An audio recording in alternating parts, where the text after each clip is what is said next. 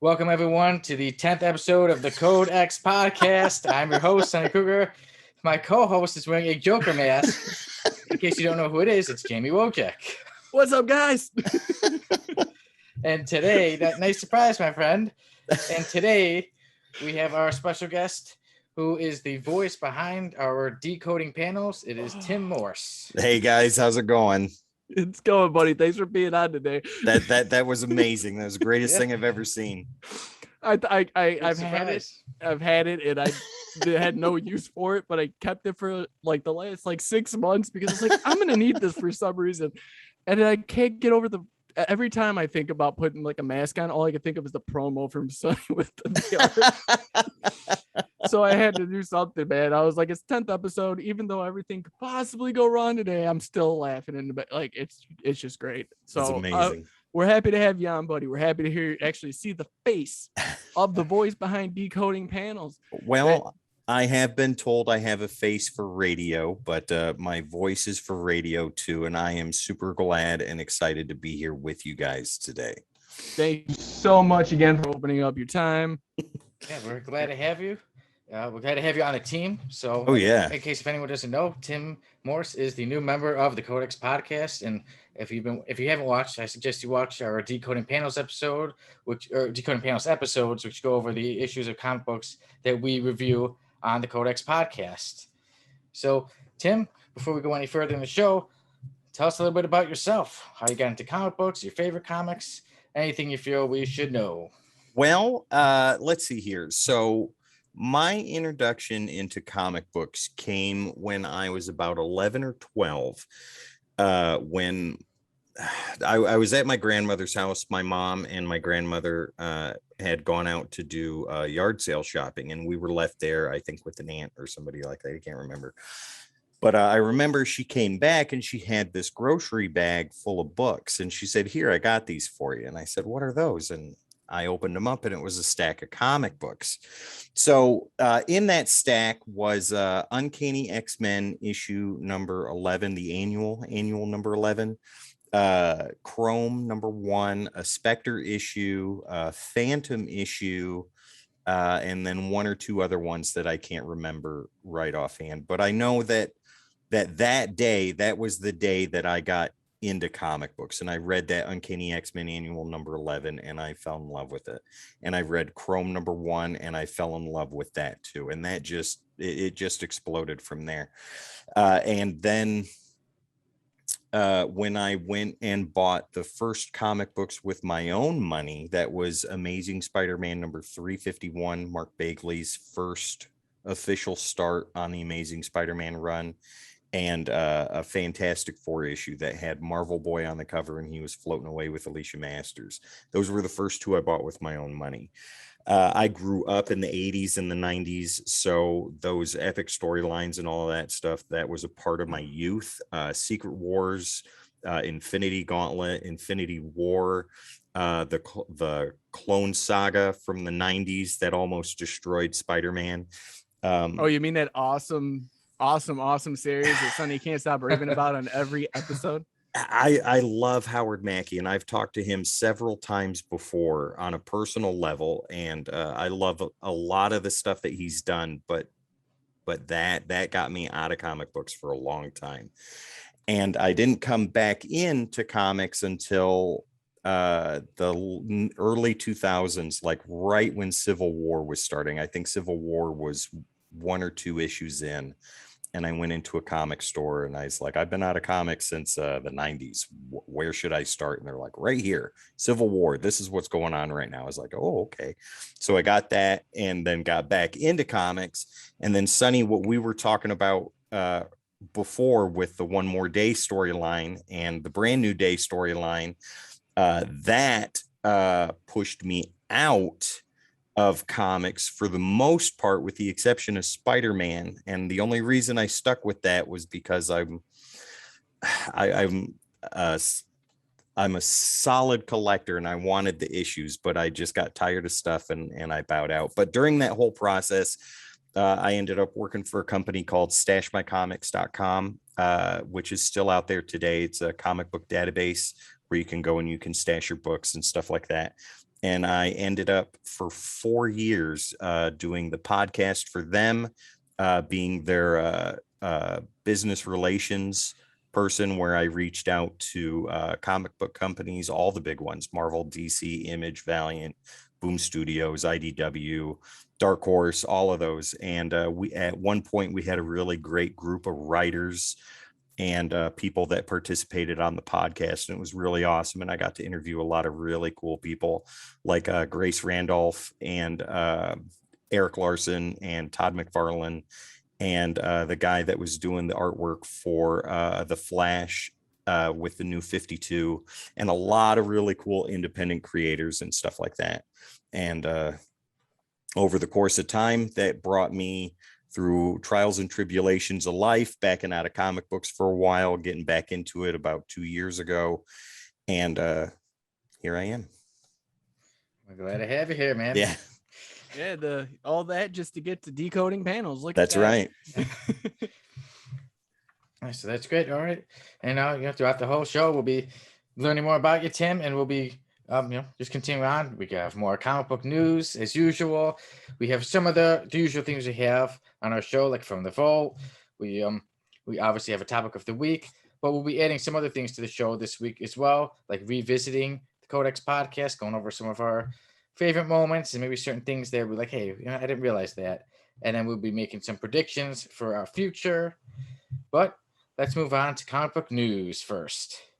So Chip Zdarsky is joining Substack. Jamie, tell us a little bit about that. All right. So for those of you that don't know, like all of us, Substack is actually a newsletter subscription outlet where they basically email you out, whatever newsletter. Now, the names that have jumped behind this are amazing. As of last night, I saw that Donny Cates and Ryan Stegman jumped on. We've also had the news of Chip Zdarsky, James Tynion, Scott Snyder, Ram V. The list keeps going. So basically what it is, you will receive an email from them if you're a pro member, which I think is $75 for the year from last time I checked. And you can pick and choose who you want to send you their newsletter. Because I do know that Tynion has his own newsletter that he regularly was sending out before. And I believe Ram V did too as well. Snyder did, and I can't remember who else. But they were all sending out newsletters where it was like, hey, come check out what we're seeing right here, here, and here. This is the new book that's coming out on this date. This is, so far and so forth. Well, if you look into it more, the contract says that for the first year, Substack gets 85% of revenue and the writers, artists get 15%. Go to the second year, it flips. The writers and artists get 90%. Substack only gets 10%.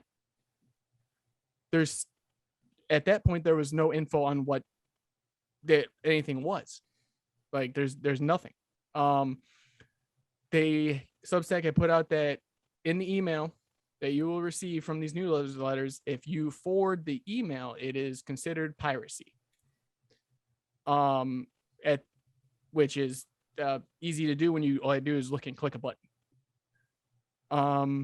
Now they have announced that every artist or writer are putting their subscription stories, so comics, in the back of this newsletter to stop it from to basically entice you to come in, but they're trying to stop piracy from you being able to forward it, which makes zero sense. So I don't know how much revenue is going to be made if I signed up for a Substack right now and you guys were like, hey, we wanted to see James Tynion's new book, through Substack. I could just forward it to you and you guys could read it.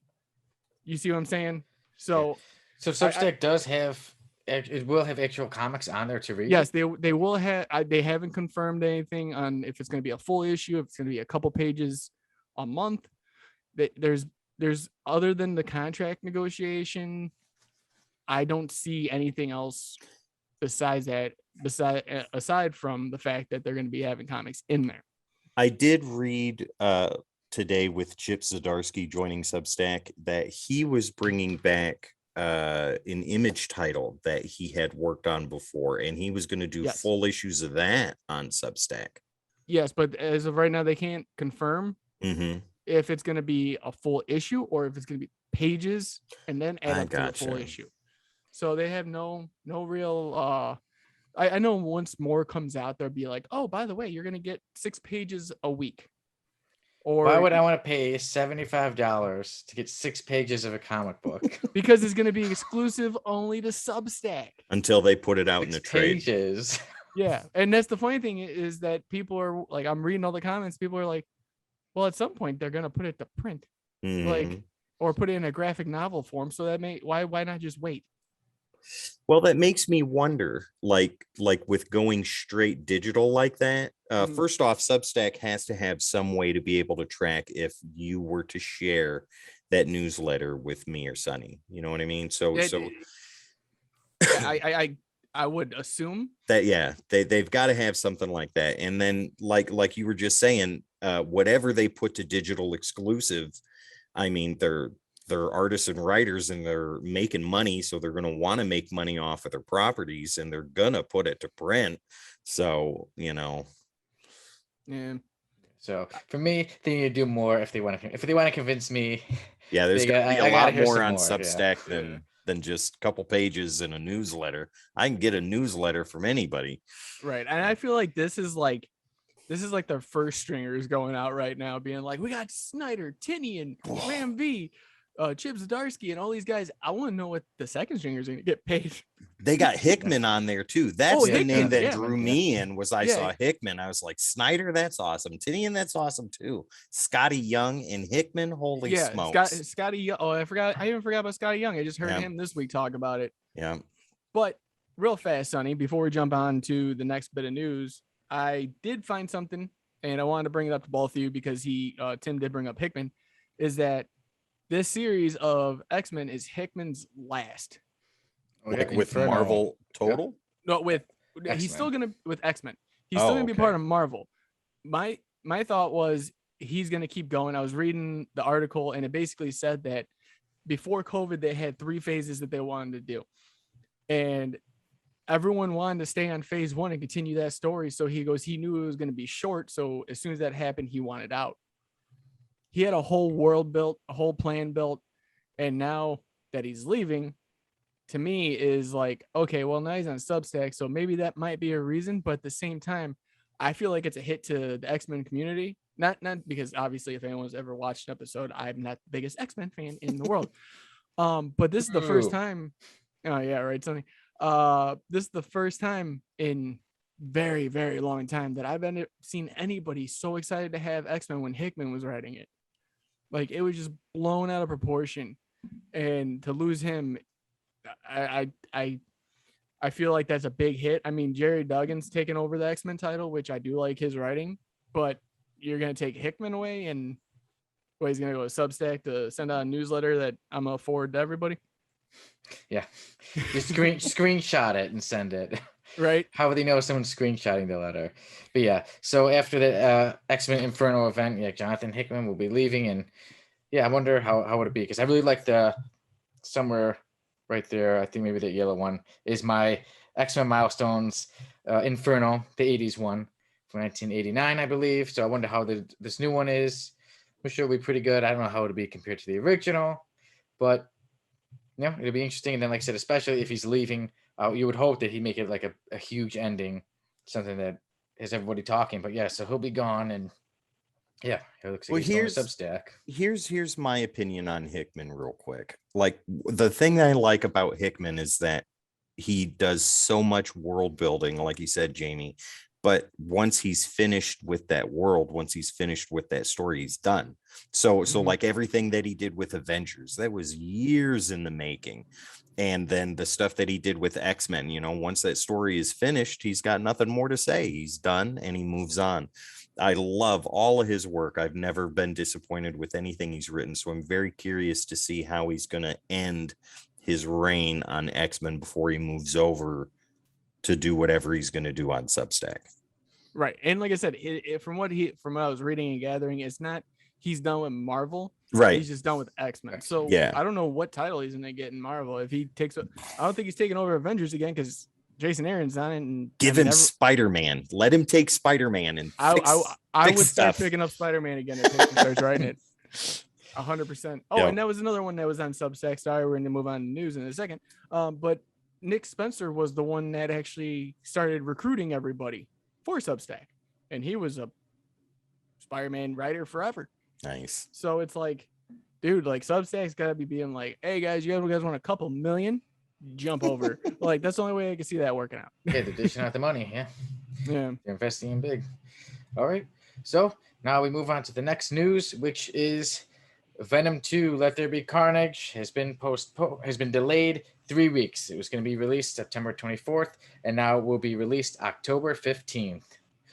Well, for me, he said, I'm looking forward to the movie. I got to wait a few more weeks, but I think for some reason it seems like everything is just passing so fast. Like I said, I can't believe we're already in episode 10. Yeah. So I don't think the 3 weeks is really going to affect that much with it. Yeah. What do you guys think? Anything about it? Yeah. I got some problems with it. I mean, and some, upside, but I know a lot of it's been due to COVID and numbers raising, and they want the box office numbers. Well, if you look at everything that's come out just box office wise, the numbers aren't that great. Like you're keeping up with stream service. You're keeping up with HBO Max numbers. You're keeping up with Disney Plus numbers. No matter what, people are going to rather choose to be in their own home, press one button, and watch the movie. Yeah. You're going to spend $60 to go out, or you're going to spend $30 on Disney Plus and have the food that you have in your home. I can understand that aspect, like trying to get people to build back up the theaters. But the problem that I have now is you're going to delay this 3 weeks. Okay, what happens now? Because it's Sony. How far are we pushing Spider-Man? How far are we going to push the MCU now, since we're going to be pushing Spider-Man? Now you have that domino effect, and it's not going to add up well. I don't think we're going to get Spider-Man out until next year, is my feeling. You talking about Into the Spider-Verse 2? Oh, no, the Spider-Man No Way Home. No Way Home, gotcha. Okay. Yes. I feel like that's going to be pushed next year. We still haven't had a trailer yet for it, and I feel like that was the main reason why, is that we don't have a solidified idea of when everything's going to be okay again.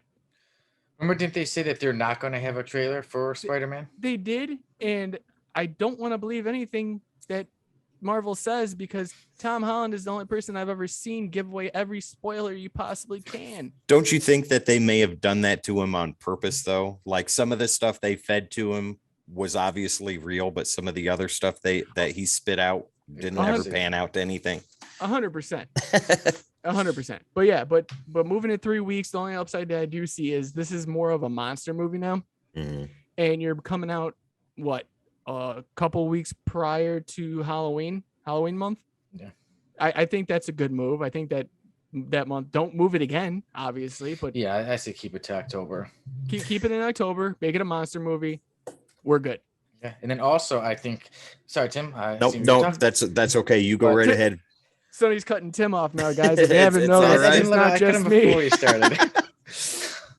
So I was gonna say with Shang-Chi is coming out September 3rd. So I was also thinking maybe they didn't want it to come out so close to the Shang-Chi movie, where maybe they say, okay, people only get Shang-Chi for September, and then October they get Venom. So that's all I was gonna say. See, here's my opinion on this. Jamie, you and I are on the same train of thought as far as the movie being pushed back. I personally am not surprised. I mean, these movies are made to make hundreds of millions of dollars, and with movie profitability since theaters have opened back up, it has been very poor. Black Widow should have been an $800 million movie easy, and it wasn't. And its numbers on Disney Plus, however, that is going, they're not releasing that information, so we don't know. Oh, they did release the information for opening did they weekend. Yeah, it was right, but I don't think they released it overall, have they? Yeah, not overall, okay. But that opening weekend, they were only 10 million away from box office. Really? Yeah, they were within like 10 to 15 million from box office. So right. It was millions is a lot, but when you put it in terms of, well, I mean, these movies are $200+ million movies, and right. with a Marvel movie, I think the lowest expectation that Disney executives and Kevin Feige would have is 800 million, right? In pre-COVID world. So right. Post-COVID world, you know, those numbers are abysmal. It doesn't surprise me, like I said, that Sony's putting this on delay. I think that it's a good idea to kind of see how the theater market settles. I mean, with other big names coming out, like Snake Eyes came out, that I already am seeing on my Vudu as a movie premiere kind of thing. Shang-Chi, Sonny, you said comes out in September. And I agree with you on that aspect, that I think that they didn't want the two to compete. So that way you get Shang-Chi in September, 45 days running through its theater process, and then Venom 2 comes out in October. And Jamie, like you said, it's a Halloween movie, and it's perfect. It's a good move. All right. Speaking of movies, Jamie, I'm gonna let you take this next one away. Red Hood getting a movie. Oh, my heartstrings are being pulled right now, boys. I don't like this. We've already had an adaptation, and I'm still really mad because I haven't watched Titans yet, and they came out the first 3 episodes when they opened. But we have Red Hood and Titans, which is amazing. I've been waiting for this adaptation forever. But since they came out with one of the Cobra Kai cast stars getting the Blue Beetle HBO Max movie series, they're still in talks. They announced that they were looking at Tyler Buchanan, who also is in Cobra Kai, to play Red Hood, Jason Todd, in his own movie, which they've been talking about doing a Red Hood, like Under the Red Hood, Death in the Family series or movies, you know, trilogy forever. And I think we're going to see what happens. I hope it does. I love the character. I'd love to see, I think at what the age Tyler Buchanan's at, he would be perfect for Battison in that realm. Yeah, as far as that goes, I hope it happens. Like, you know, right now, DCEU is scrambled eggs, and I need something that's going to be solidified at this point. You could do anything in the DCEU because WB has no structure. Yeah, so it doesn't matter. Might as well just put out the Red Hood movie, and I'll be the first one there ordering it on any stream service because I'm not going to theater. Yeah, like I said, I think you said well. I look forward to it. I know you're looking forward to it even more than I am, but yeah, that'd be pretty cool if it is. Hopefully it comes out. And like I said, I think since it's DC, it would come to HBO Max. Yeah. Tim, anything? My opinion on that is I think that Warner Brothers is finally utilizing a tool that they have in front of them, and that is HBO. Like you said, Jamie, DCEU is a hot mess. And the movie extended universe is loosely connected at best. And the CW universe is its own thing.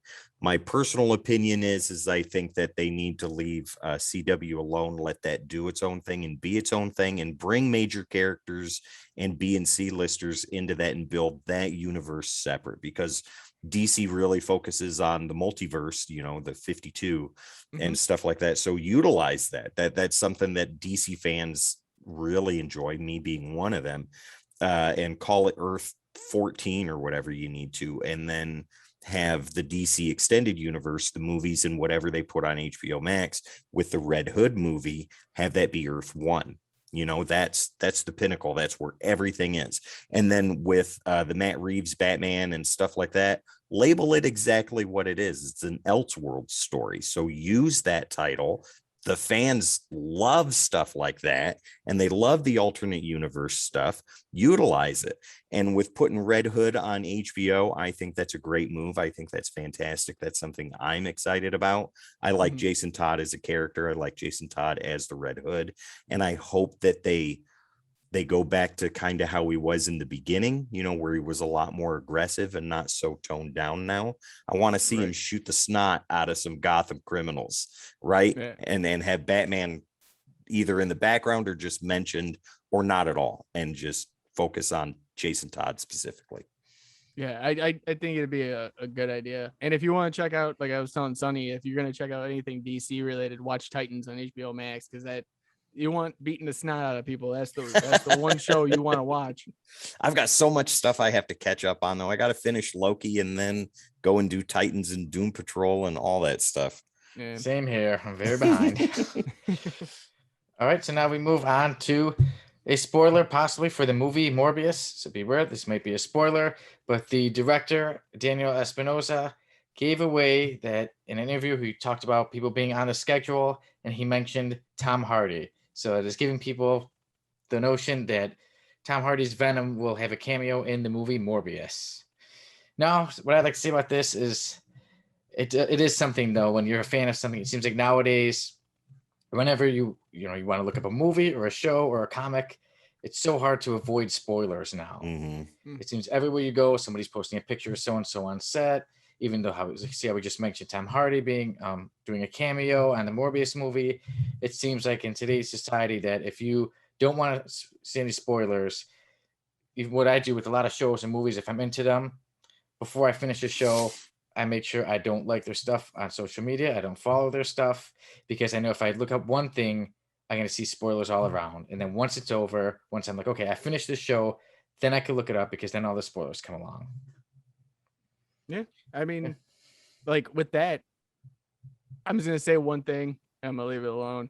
Is that if Venom does show up in, the Morbius movie as a cameo, that's gonna probably be the only good part of the Morbius movie because I hate Jared Leto. I love Jared Leto. Oh my god. Okay, we're done. Have fun, guys. Well, my tenure at Decoding Panels has been fun, ladies and gentlemen. 3 episodes in, he got fired. He's the new Dave. Jamie loved Jared Leto in Dallas Buyers Club. Come on. Warlord, or what is it? Warlord of War, or I think the only thing I liked him Nicolas in was Cage movie he was in. What was it? American Psycho? He was an American Psycho, yeah. Because he got killed, and that's the only reason I liked him. Well, he was killed in Fight Club too. You know that, right? Oh yeah, he was. Yeah, that was his best performance. Yeah, anytime he dies is my favorite performance. Well, if you haven't seen Dallas Buyers Club, it's very good. Is it? Okay, I'll take your Jamie, word. Don't fall in love with him, though, Jamie. Come on. I can't because I have this burning hate deep in my stomach for that man. Like I can't even stand. Like I used to like him in like music wise, and now every time I hear a song by him, I'm like, oh my god, I'd rather listen to the Alvin and the Chipmunk soundtrack. Okay, like you pick that over anything. Come on. I would.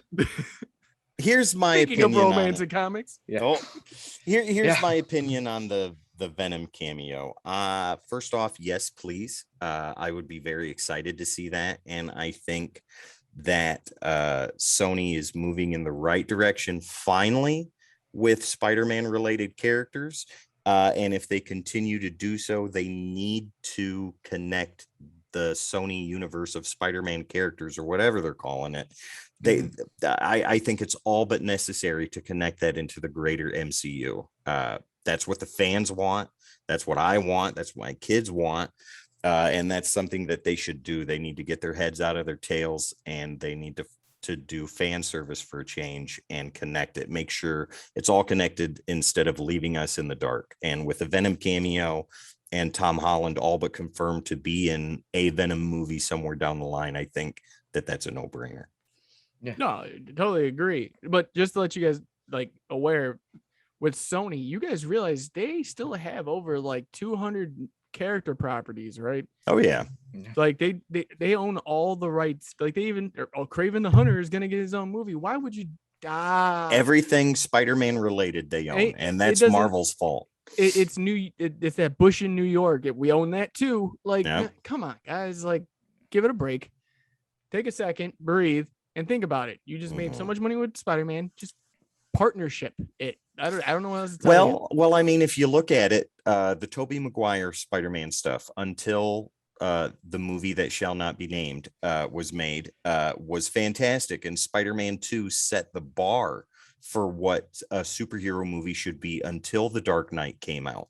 And then they tried to reboot that stuff because they screwed it up with Sam Raimi and Tobey Maguire, and with the Andrew Garfield stuff. Now, I'm going to say a very unpopular opinion here, but I enjoyed the Andrew Garfield Spider-Man movies. And if anybody wants to fight me on that, I'm not going to tell you where I live, but I'll verbally communicate with you in the comments section. Right. But I enjoyed them. I loved Amazing Spider-Man 2. I loved Emma Stone as Gwen Stacy, and she was fantastic. I think she was one of the best parts of the movie, but they screwed it up again. You know what I mean? And then they finally were like, well, here's Marvel. You can use Spider-Man. We'll let you use him. And what Marvel do? They kicked it right out of the field, and it exploded, and everybody loved him, and he was in Infinity War and Endgame and this and that and everything else. And then Sony gets a wad, and they're like, nope, we're going to take him back. We're going to make our own movies. Well, okay, fine. We'll write Spider-Man out, and you can bomb in the box office again. So. Yeah, so now we have Spider-Man No Way Home, Spider-Man Far From Home, 7 Ways From Home, Spider-Man I Miss Home. Spider-Man Where Is Home? Yeah. I'm just going to throw this out right now for the movie that shall not be named. I'd rather take Topher Grace's Venom than anything Jared Leto is going to put out in a superhero universe. I think he's perfect as Morbius. I think his stint as the Joker was ill-received, but it wasn't bad. Another unpopular opinion, but I think that him as Michael Morbius, I'm going to give it a shot. I think it looks cool. I think I'm going to start doing our interviews a little bit better when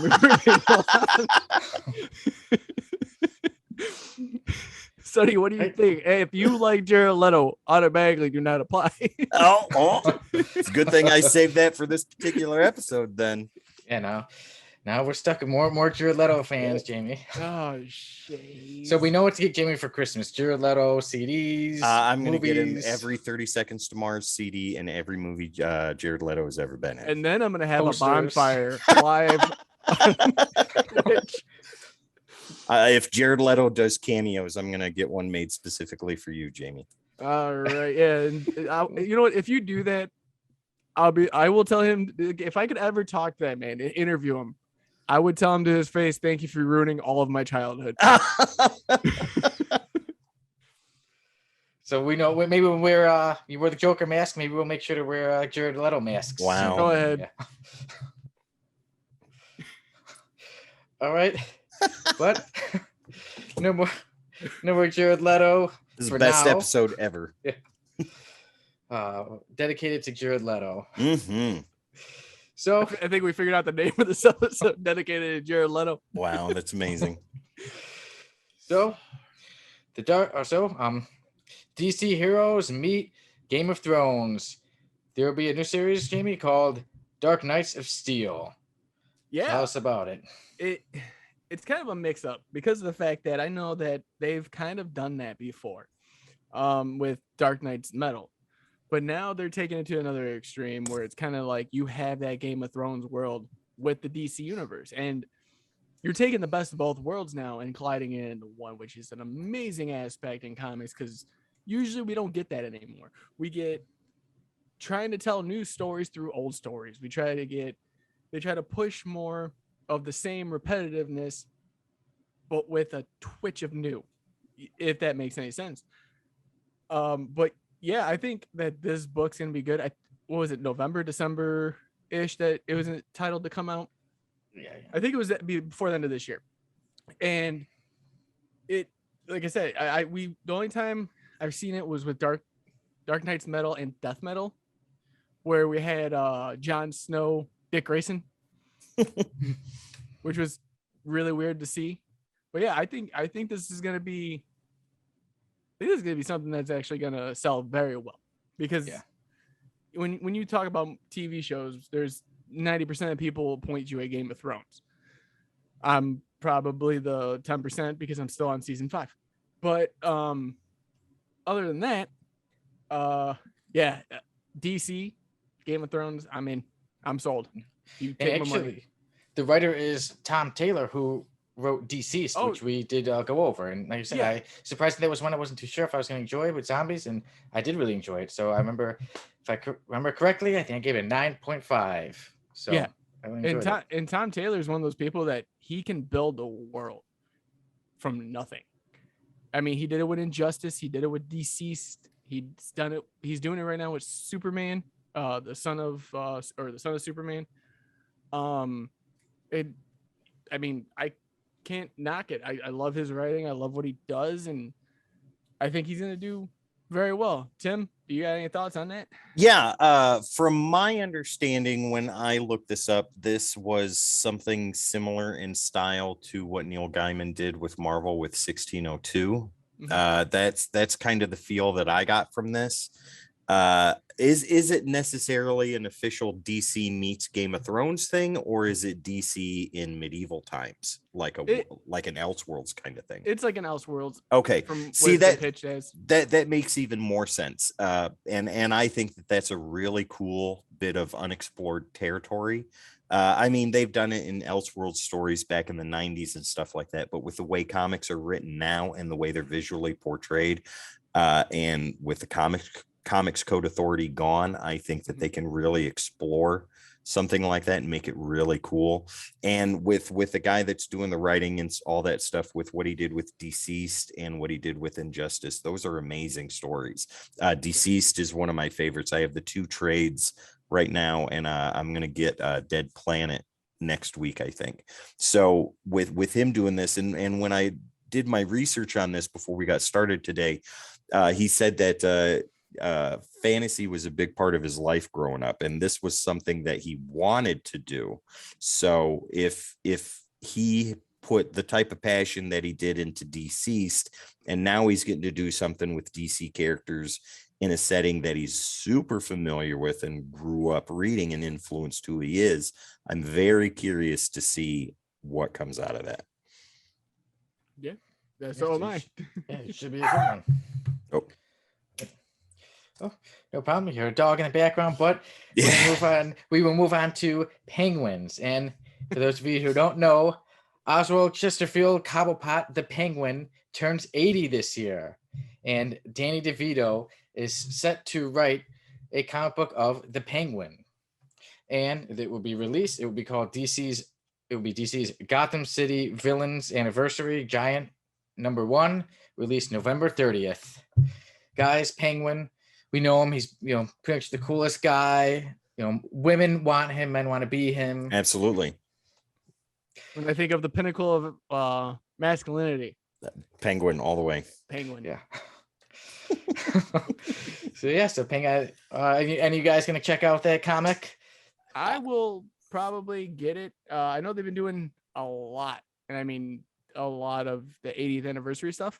They did with Joker, Green Arrow, Green Lantern, big Batman, but just about everybody got an 80th anniversary. Yeah, it's weird. It's not even their 80th anniversary, and they're like, "Hey, guess what? 80th anniversary, 80-page giant." There you go. 80-page giant. Yep. I do know that with those stories, it's gonna be probably 4 to 6 pages. Mm-hmm. How most of them are structured, but having Danny DeVito write it, I want to see a video of him writing it. Yes. Dressed up as Penguin. That would be amazing. And him the entire time he's doing it. Because with his hands like this, and he's got the pen and he's trying to yes. Yeah, we need to see that. If that does not happen, I am rioting.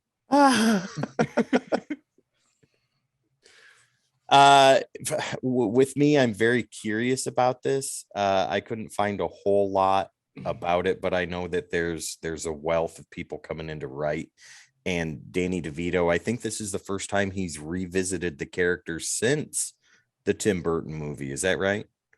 I believe so. Right. I think he's revisited it. Like, I think there was a time when they were going to revisit it.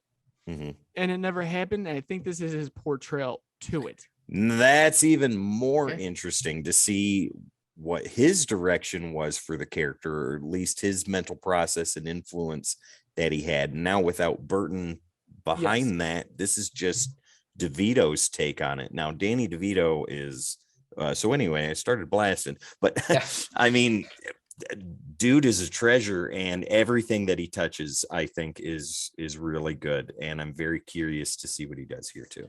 Yeah, to me right now, because I don't know if you guys are aware. I know you guys are more into the older stuff, you nerds. Okay, put your mask back on. I'm sick of you. Back in the day, that would have been a naughty word, but today it's a cool word. So, as I was saying, they came out with two new lines, and one of them is Batman 89. Mm-hmm. And it is a telling after the second Batman movie. What I think that they're doing with Dan Devito coming on as a writer, because they're giving in Batman 89 Two-Face due finally. Really? They're giving Harvey Dent his structure to get the Two-Face. Like Billy D. Williams? Are they maintaining exactly. that? Likeness and everything. That's amazing. So what I think they're doing is they're going to have the 6 pages have a story for Dan DeVito to tell what he wanted to do a little bit, like what his thought process was for another movie, because there was supposed to be a third movie. Well, I know Burton wanted to push the Dent angle further after Returns, or at least start to get it going in Returns, but Warner Brothers said no. Yes, exactly. Yeah. So I feel like this is their time where they're giving them the light to do so. Yeah, they're doing that, and then they're also doing Superman 79. Oh, Christopher Reeve stuff. Yeah. That's amazing. I'm very curious about that too. So, and it takes place after Quest for Peace. No, 3. Is that the one with Richard Pryor? Richard Pryor is 3. Yeah, Superman 3. Yeah, so after that one. Yeah. Wow. They're even eliminating the Quest for Peace in canon. That's amazing. Yes. Right. What were you gonna say, Sonny? You look like you had a thought, and you. I know. I was gonna say Richard Pryor will be writing it. No, I'm joking. Yes, right there, you go. Gene Wilder will be behind him the entire time. Yeah. That's fantastic. I'm sold. Here's my money. But yeah, so like I said, the Penguin, they should be good. I hope it's wild and crazy, and Danny DeVito does what he wants to do with it. So I'm sure it'll be good. All right, now we move on to the Marvel creators getting only $5,000 for the film adaptations of their work. Oh, Jimmy, I'll let you take it away. Yeah, this stems off of a previous episode that we talked about where certain writers weren't getting compensated and artists weren't getting compensated for the likeness of the character that they have created.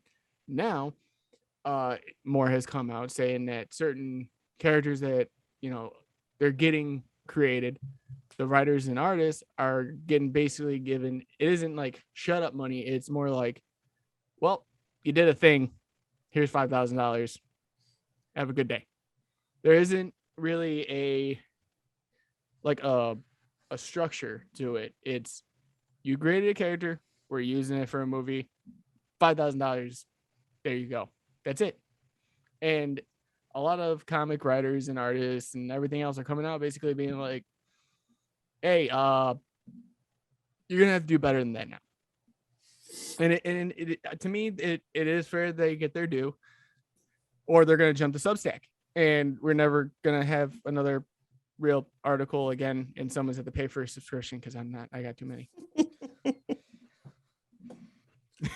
So yeah, I just think it's I think in the industry that is now making billions of dollars, you should be able to give more to the people that have created those characters, molded those characters, and gave them a place. Yeah. So. Yeah, I agree with you.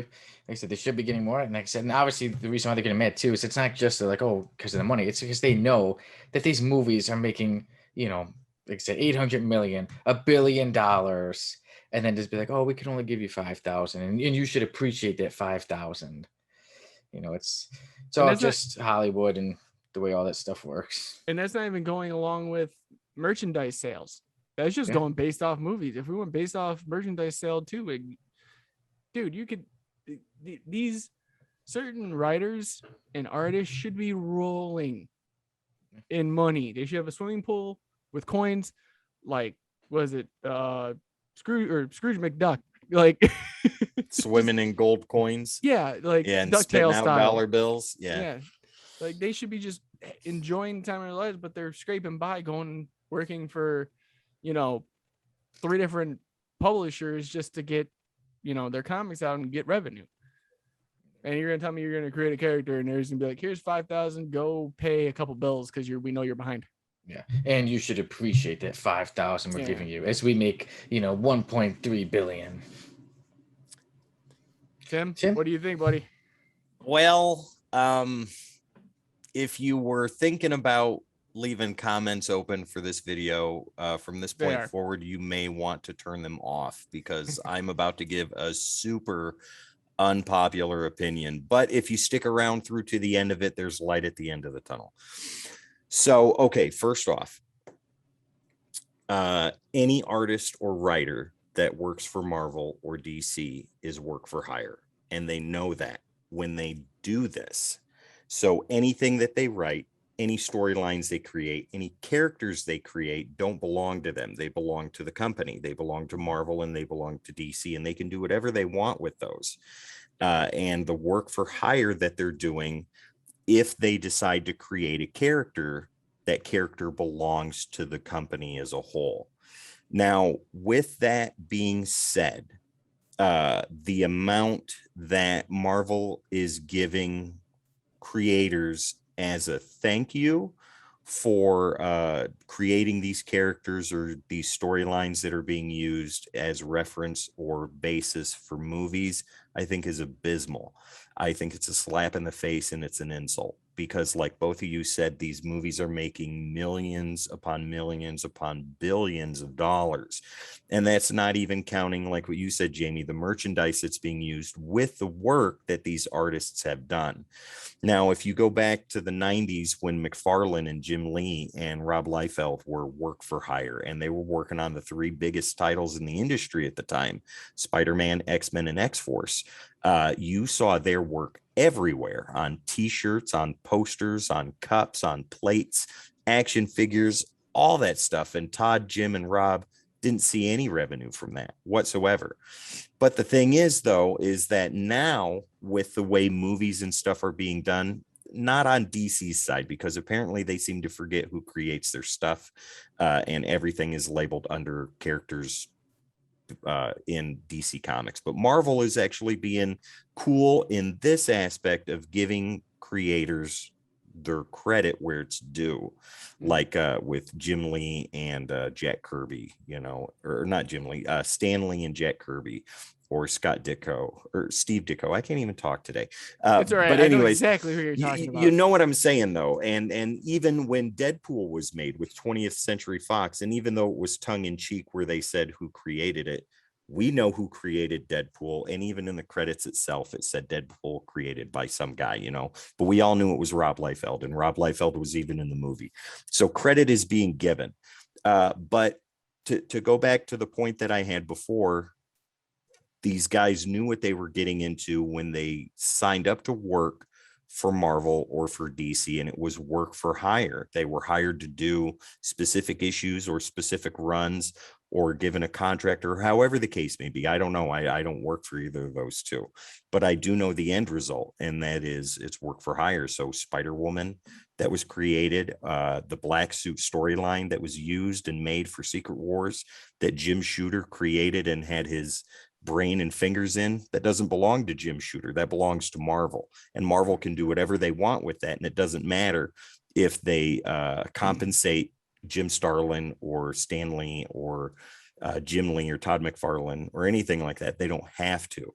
But the thing is that they are, but it's an insult with what they're doing. $5,000, for using the Winter Soldier storyline. Brubaker should have spit on that check and sent it back, or maybe had a little bit of his crap on it too and sent it back in an envelope. That's ridiculous. I think that if they're going to do compensation, they need to do compensation correctly, and they need to compensate these guys in the amount of $20,000, $30,000, $50,000, something that's more worth their time. Yeah, exactly. And here's the thing, which now it's not just a work for hire status anymore. Mm-hmm. No, it's different. The whole industry is different, and it's more of an exclusiveness. Mm-hmm. So, like I brought up before, Danny Case talks about it in every interview. I'm exclusive to Marvel, mm-hmm. which means he is 100% Marvel. He can't jump ship DC at any point. Like if he wants out of his contract and he wants to go to DC, he can't. Independent, he can. Yeah. The thing is, though, is that yes, there are guys that are coming on to get their name out there, writer, artist wise. I think if you're going to do it as a tier form then. Screw it. You know where you're coming in at. This is what you're signing on your contract, and this is how much we're going to get if we ever use your character. Well, that's where a lot of people got their starts, though. When they came in, they threw them on annual issues or one-shot issues. And that's where you saw early Bagley art on Spider-Man. And then he was put on New Warriors. And you saw early Larson art on other titles. And he did annuals and stuff. And then was given Spider-Man to do. Same thing with McFarlane. I mean, he was doing covers for Marvel Tales for a while. So, I mean, it is what it is. It's just an insult, I think, to the industry as of now, not looking back, but looking as it now. Right. It's an insult to everybody that's with it. Yeah. So. Oh, yeah. Well, what DC just like within the past 5 years finally put Bill Finger's name on created in conjunction with Bob Kane. Yeah. So where Superman says Superman created by the two that created him, you know, with Batman, it says Batman created by Bob Kane with Bill Finger, not and Bill Finger, but with. I don't know. I don't like that. It should be and, not with. Yeah. But so yes, we agree that it's an insult, but let's get back to Jared Leto. Let's just talk about Jared Leto some more to lighten the mood. All right, I'm gonna go use the bathroom. You two guys talk. But this does go. I'm gonna go make a Jared Leto right now. That's amazing. So this actually does go with Jared Leto, but the reason why Jamie loves him so much, Suicide Squad. So there's been talks of a David Ayer cut of the Suicide Squad, and in there in the talks, there's a picture shown of Harley Quinn and Deadshot kissing, saying that in the Ayer cut that he wanted to do something more, that he wanted there to be a subplot of a romance between Harley Quinn and Deadshot for the movie. And are you guys excited to see if there's an Ayer cut or not? I'm ready because of the fact of everybody that went out of their way to release the Snyder cut. I think as of 2 days ago, released the Ayer cut was trending with over 635,000. Oh wow! Tweets, or hashtags or tags or whatever you guys want to use. Yeah, I would be for seeing the Ayer cut because I think there was more to his vision than what we got. There was a lot of more Jared Leto Joker. Yes, absolutely. I'm done. No, no. Yeah. You know what? I feel like okay, fine. If they come out with an Ayer cut, I'm gonna watch it and I'm gonna grade that Joker. I'm not gonna keep the one that the original Suicide Squad had. I feel like they might have done him wrong in the whole writing process and whatever they took out, but we'll see. I would be excited to see it. I'd sit down and watch it. I don't know if I could do 4 hours, but I'm ready to check it out if they ever do actually put it out. I mean, the people are raving about it just like they did with release the Snyder cut. So HBO Max probably opening a checkbook right now being like, all right, we're going to postpone this. We're going to hold off until the very, very last. How much do you need to finish the edit? Yeah. 500,000. Here you go. Okay. Here's some hush money. Here's $5,000. Here's $5,000. That's right. Oh, thanks, DC. That's amazing. I'll be quiet forever now. Yeah. This is the most money I've ever seen. But yeah, I think that we're gonna get it. It's just the matter of time and where they're gonna fit it in it. Yeah, I'd like to watch it. I hope it's not 4 hours though. I don't want to watch a 4-hour Suicide Squad movie though. Tim? Here's my opinion on it. If people have forgotten, in the New 52, which the Deadshot and Harley Quinn we saw on screen in Suicide Squad are based on, them two fooled around quite a bit in the comic books. And I mean, yeah, they weren't playing tiddlywinks or pickup sticks. Well, they might have been doing that, but they were definitely something. But that was transitioned over onto screen too, and you could see a little bit of that. So with a picture like that, Harley kissing Deadshot, I don't care. That doesn't bother me because if you like the New 52 stuff, there it is. It's awesome. It's right there. It's ready for you. Now, I enjoyed Suicide Squad. I enjoyed the theatrical version and I enjoyed the unrated version even more. I think it's one of the best that the DC extended universe has to offer. And I get a lot of flack for that. And a lot of people call me a lot of names, but I don't care because I like what I like. And if they don't like what I like, they don't have to watch it. I am. But an Ayer cut of Suicide Squad, definitely. I'm 100% behind that because I want to see what he wanted to do with the Joker. Now, Jared Leto's performance, like I said, is not my favorite as the Joker. It's just different. But I think that if they put all of that back in there, minus the subplot with Harley and Deadshot, I could care less about that. Put in whatever he was going to do with the Joker. I want to see that. I want to see a lot more of that. Harley and too. Yeah, I know. See, yeah, but Harley and Deadshot smooching or having some sort of romance, it'll be over by the end because Harley's only interested in one person, and it's not Deadshot. It isn't Jared Leto. Absolutely. Poison Ivy. Yeah. Yes. There we go. That's the only thing we need. Yep. Okay, so there we go. I'm sure we'll be talking about Jared Leto and the Suicide Squad again sometime in the near future. Next 5 minutes. Yeah. But please God, I've had enough. But now we move on to Disney. Disney is no longer making movies with Scarlett Johansson.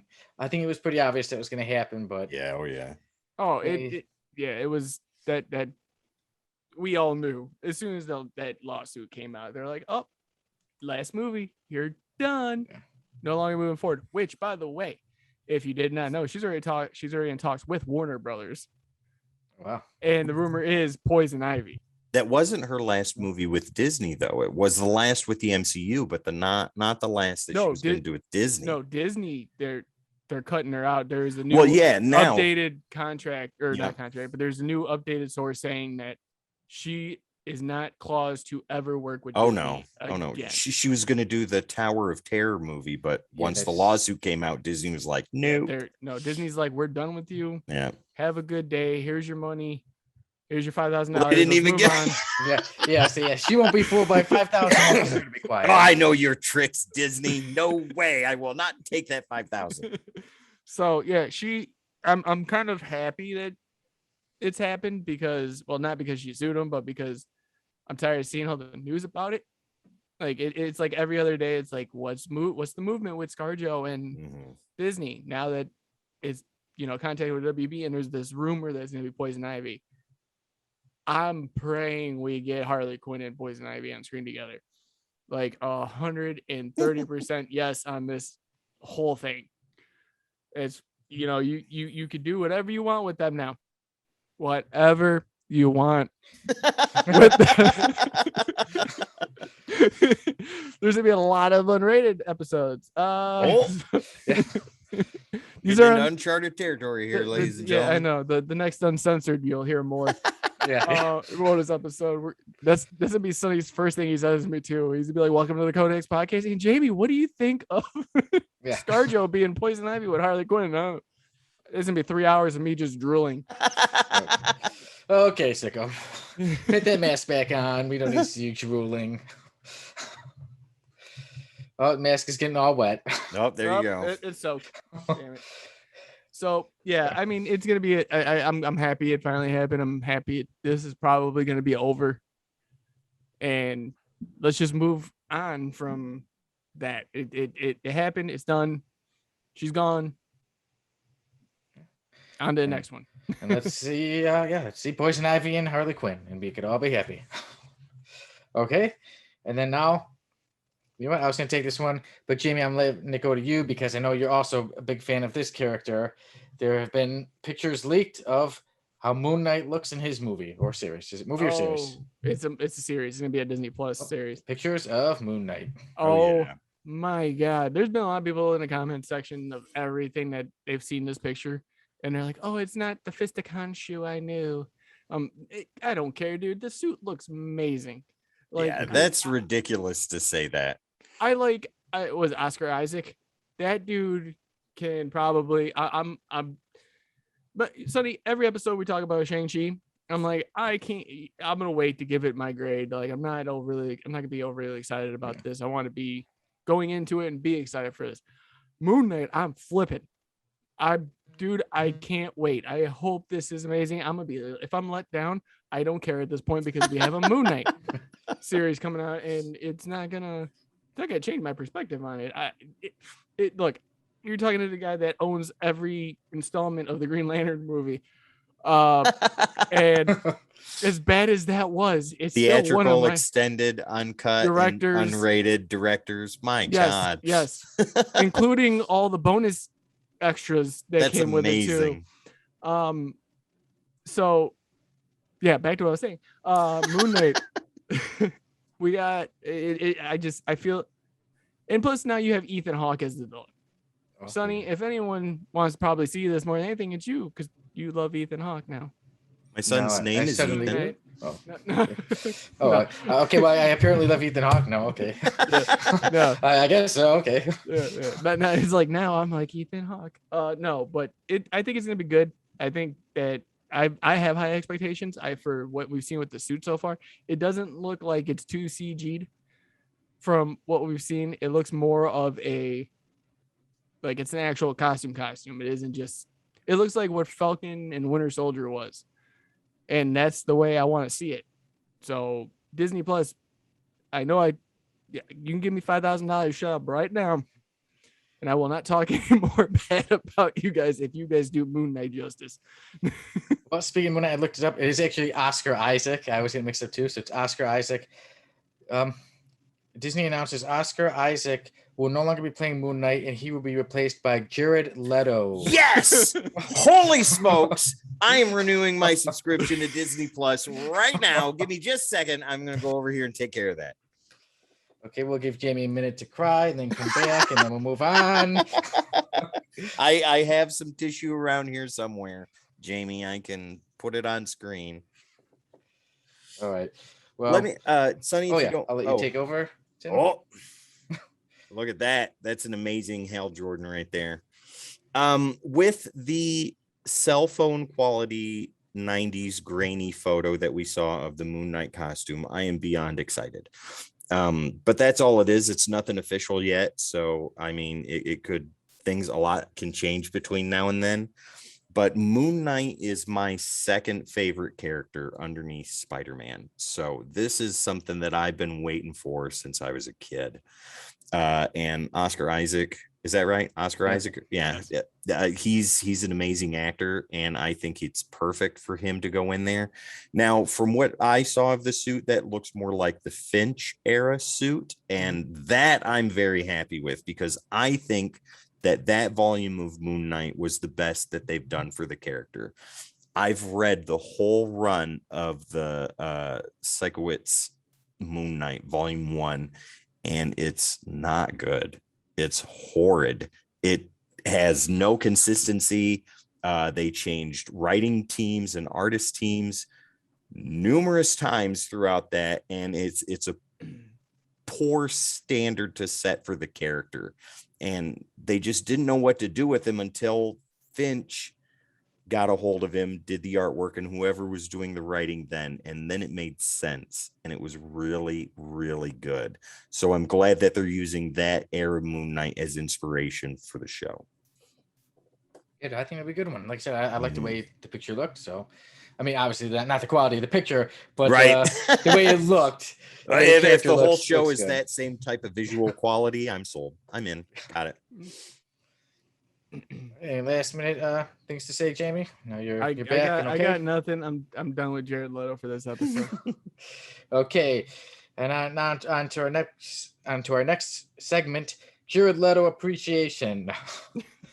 Okay, our next segment is From the Vault, as we usually show an old comic that we had. So this week, Tim, I will let you take it away. I will let you go first. I believe you have a From the Vault for us.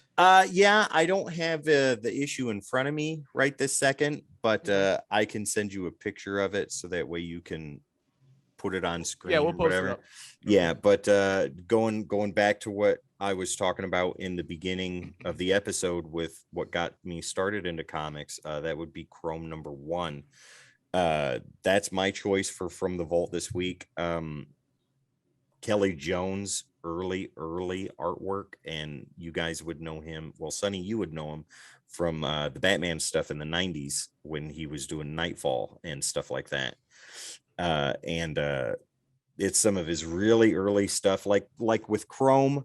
It was a company that was called Hot Comics, and they only did 3 issues before they canceled the series, and the company folded shortly thereafter. But the whole point of it is you have this astronaut team going up into space for one reason or another, testing out these suits and doing experiments and stuff. I think it was the Russians and the United States working together, and they had these special outfits made for spacesuits and stuff, and it was like a liquid type metal type thing. And they go up there, catastrophe happens, they crash. One of the astronauts dies, but the one that survives, the suit has bonded with his skin and he can't remove it, but he's impervious to things, and he becomes Chrome. And it was only 3 issues, and there was so much that they could have told in that series, but we'll never ever get to see it. I've reached out to Kelly Jones, I've reached out to the writer, I can't remember his name right offhand, and I asked him if I could talk to him about it, but I never got any responses. So either they have forgotten about it, or they're so jaded that they couldn't finish their story that they don't ever want to talk about it again. It could be a possibility. Yeah. All right, that is Chrome. And then for my front of vote for the week, that's interesting, Tim, how you said Batman in the 90s. Mine is Batman issue 490. Oh, so that was one of my first comics. Is that Rob Liefeld artwork? Let me. Do you see feet? Yep, I see little feet. Oh, there we go. So there you go. And the reason I chose this one is because earlier we were talking about like how it's the 80th anniversary of Penguin, not of Batman, but we were talking about Batman, and then like I said, it was good how you just happened to mention Batman in the 90s. But for me, this is one of my first comics, and I looked, and it actually says it came out in March 93. Wow. In March 93, I was 1 month shy of turning 3 years old. So I'm like, I don't know how I had this, and it's in it's in decent shape. I mean, there's like a little bit of a rip right there, but other than that, like I said, as a kid, I still make sure to keep my stuff in good condition, and then later on in years, I'm like, let me bag it and board it. But yeah, it was one of my first comics I ever had. It was cool. Like I said, obviously, like from the cover, you see it has the Riddler in it fighting Batman, and then Bane is also in there, who's one of my favorite supervillains. And yeah, Bane is taking on the Riddler, and he's taking on Batman as well. So it mainly focuses on those 3 characters, and it was a fun one. Like I said, obviously, when I was 2 years old and turning 3, I did not read yet, so I just looked through comics. And what issue number was that again? Issue 490. So that is right before Nightfall, like okay, so right before the issue before, I believe, where the prelude. Well, you said Nightfall Bane's in it, right? Yep. That it had to have been in because Bane's first appearance was Nightfall. No, Bane's first appearance was Vengeance of Bane. Oh, I believe. Yeah. But I thought that led into Nightfall. That's what I thought. Yeah. Well, that was the start, and then I think Nightfall's prelude takes place on issue 491. So that I think is the issue right before Nightfall officially starts. Right. Yep. That's amazing. I looked it up. It does say Bane's first appearance is Vengeance of Bane, issue number 1, January 93. So yeah, so same year. Okay, yeah, it threw me off. I was like, if that was before Nightfall, no. so all around the same time. Yeah, that's perfect. I was within months. It's fine. I'm good. Yeah. So there's my from the vote for this week. Batman 490. Jamie, do you have any from the votes for us? No, I'm kidding. Okay. No, I do have one. It's not older, but this one is actually one that I do cherish. So it actually came out not that long ago. Last year, I want to say about February, maybe. But it is Batman number 86. Let me just back this up a little bit. You can see the artwork on it. These are the B variants. Very cool. Yeah, that's awesome. But if you look at the bottom, is when Tynion got on the run, and I have James Tynion's autograph, as well as Tony Daniels, the artist. Nice. Autograph. This starts off Tynion's run on Batman, and it is probably one of my favorites to start off because, spoiler alert, during Tom King's run, they killed off Alfred, and this is starting off with how Bruce is coping with the death of Alfred a couple months later, and what he's doing, and literally it opens up with him talking to Lucius Fox over the comm and thinking he's having a conversation with Alfred, and he goes, okay, or he says, okay, I think it was Penny 1, and Fox is like, what did you just say? And Bruce is like, oh, nothing. I'm going back onto the mission, and talks about how he slept, hasn't done anything. He's just been trying to fight every crime he can. And it's that internal struggle within the character that I loved.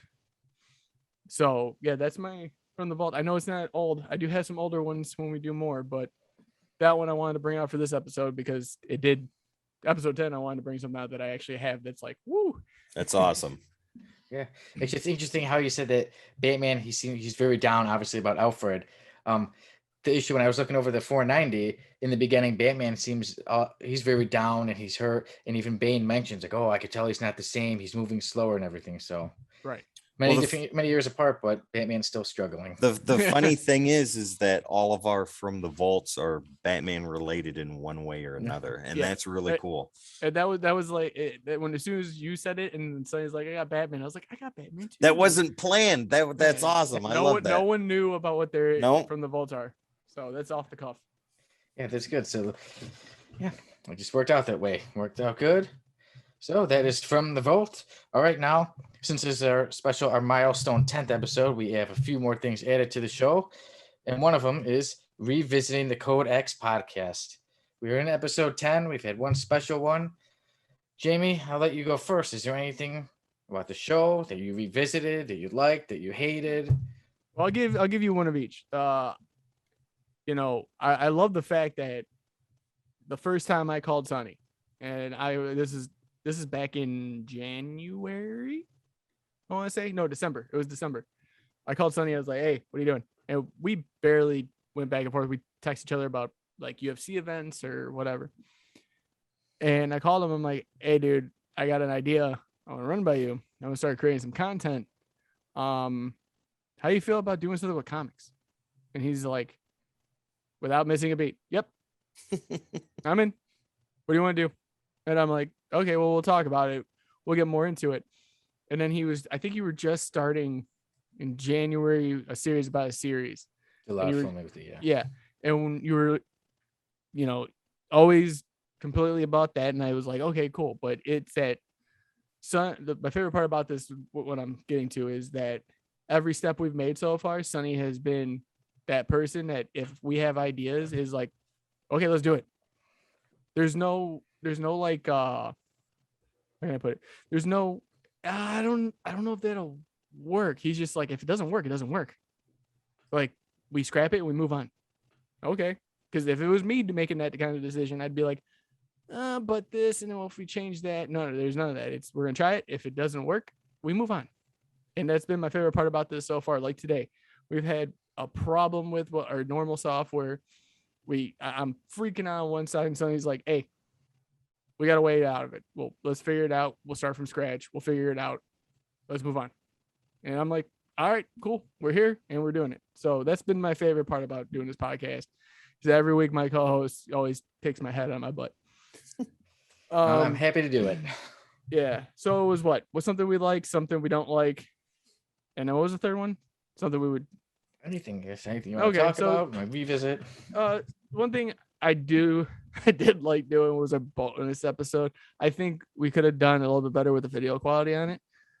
But other than that, like every episode we've done has been something we've laughed.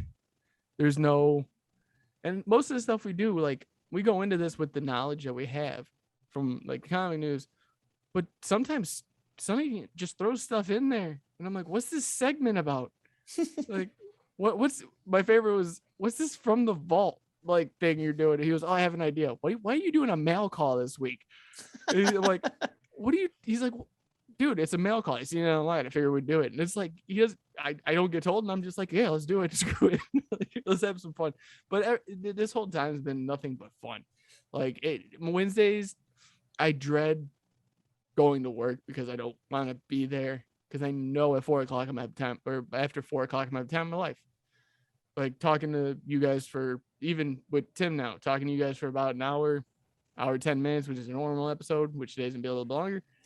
But yeah, I loved every episode so far, no matter what problems we had or what we didn't have. So yeah, it's been a fun 10 episodes so far. Yeah, me too. And thank you for the kind words, man. Yeah, like I said, you were the one who came up with the idea. And not so long ago, I did tell you, I said, in the beginning, I was like, oh, it'll be fun, cool, I'll do it. But I've truly come to really love doing the show every week with you. Like I said, Wednesdays is the Codex podcast day, even too, with everything everybody knows. I'm busy. Codex podcast. I'm not going to be working, doing my job. My day is dedicated to the Codex podcast. And like I said, it's been fun.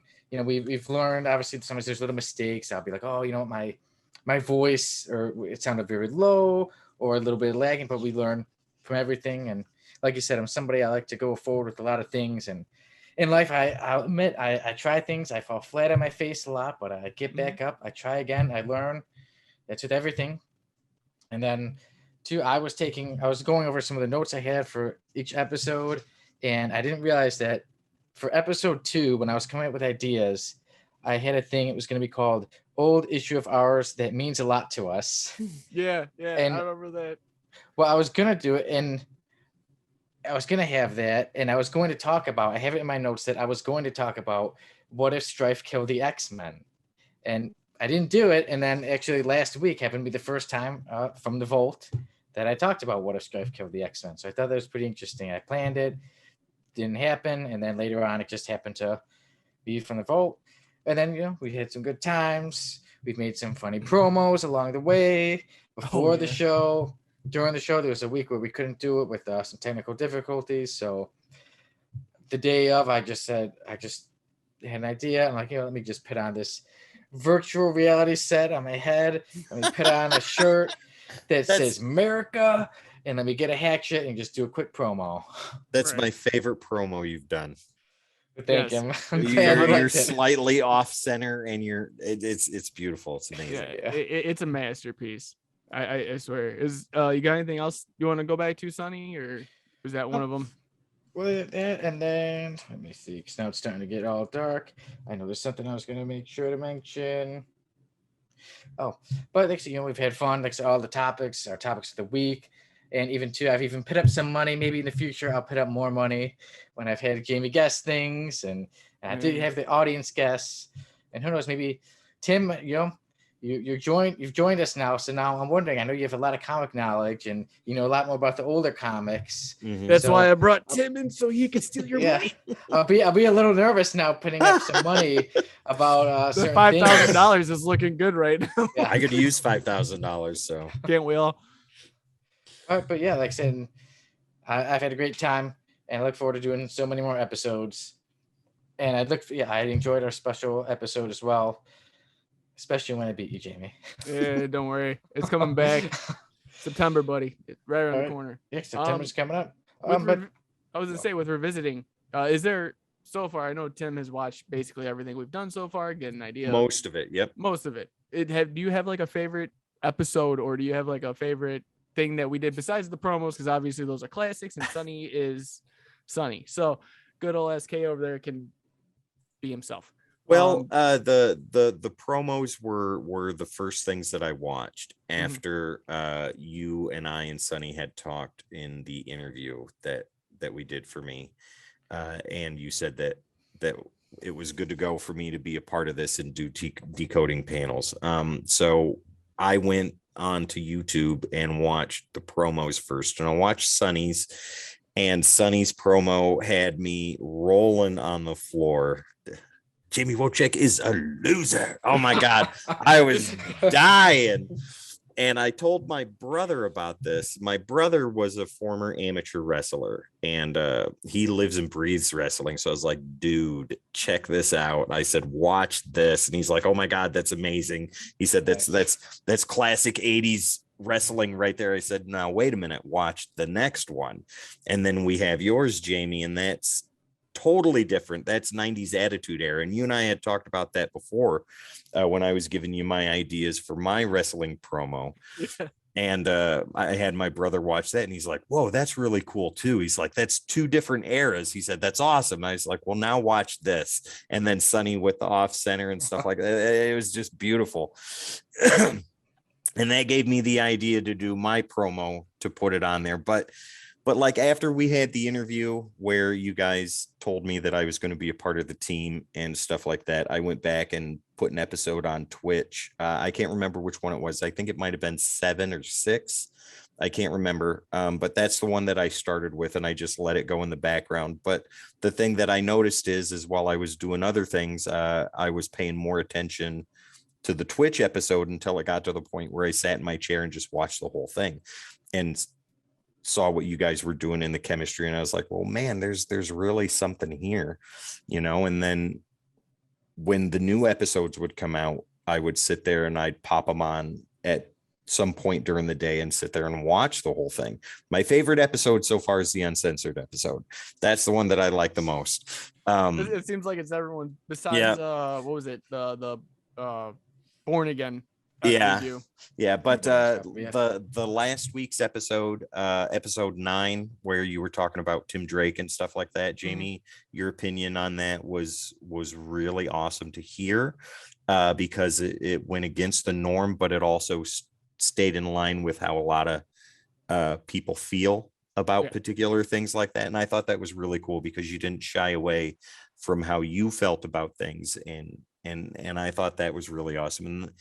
And with Sonny, with watching Sonny do things, and the way that you talk about things and your passion for copper and bronze comic books and things like that, I can relate to that because those are books that I grew up with and that I love, but I really enjoy a lot of the modern stuff too. So yeah. And then you guys telling me you want me on Decoding Panels, that was just a dream come true for me. And I don't say that lightly because I love to tell stories. I love to read. I love to role play, and I can incorporate all of that when I put that energy into doing the voiceovers. And I love hearing the comments from you, Jamie, when I send those to you, and I'm like, okay, what'd you think, dude? I'm following along. Yeah, keep them coming. Yeah. No, everything you put out so far has been, great. I love them, man.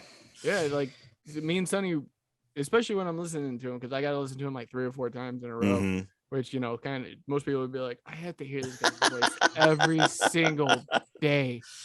But now it's just like, okay, I feel the energy, like from the first one to now. I'm like, I feel the energy. I feel the story driven. I feel he's in this, and it's great. Oh yeah. And every time I talk to Sonny, it's not, there's never been a bad word ever. Well, I mean, anything you've done, it's like, it's just been pure perfection in our eyes. Yeah. Well, if you look at Captain America versus what's going to be coming out soon, and that is the Gotham or Batman White Knight series. Yes, that'd be the next. Yeah. Oh yeah. I'm working on that. Yeah, I'm working on that right now. I've got I had to stop doing voiceovers for issue 2 today so we could do this, but after we're done here, I'm going right back to work on that, and then I'll have all 8 issues done for you soon. I think that the fans are gonna love that story. I love that story, and I'd never read it until I started reading it for this, and I am beyond blown away, and I'm putting so much energy and passion into reading on both sides of the story. It's awesome. I can't wait for people to watch it.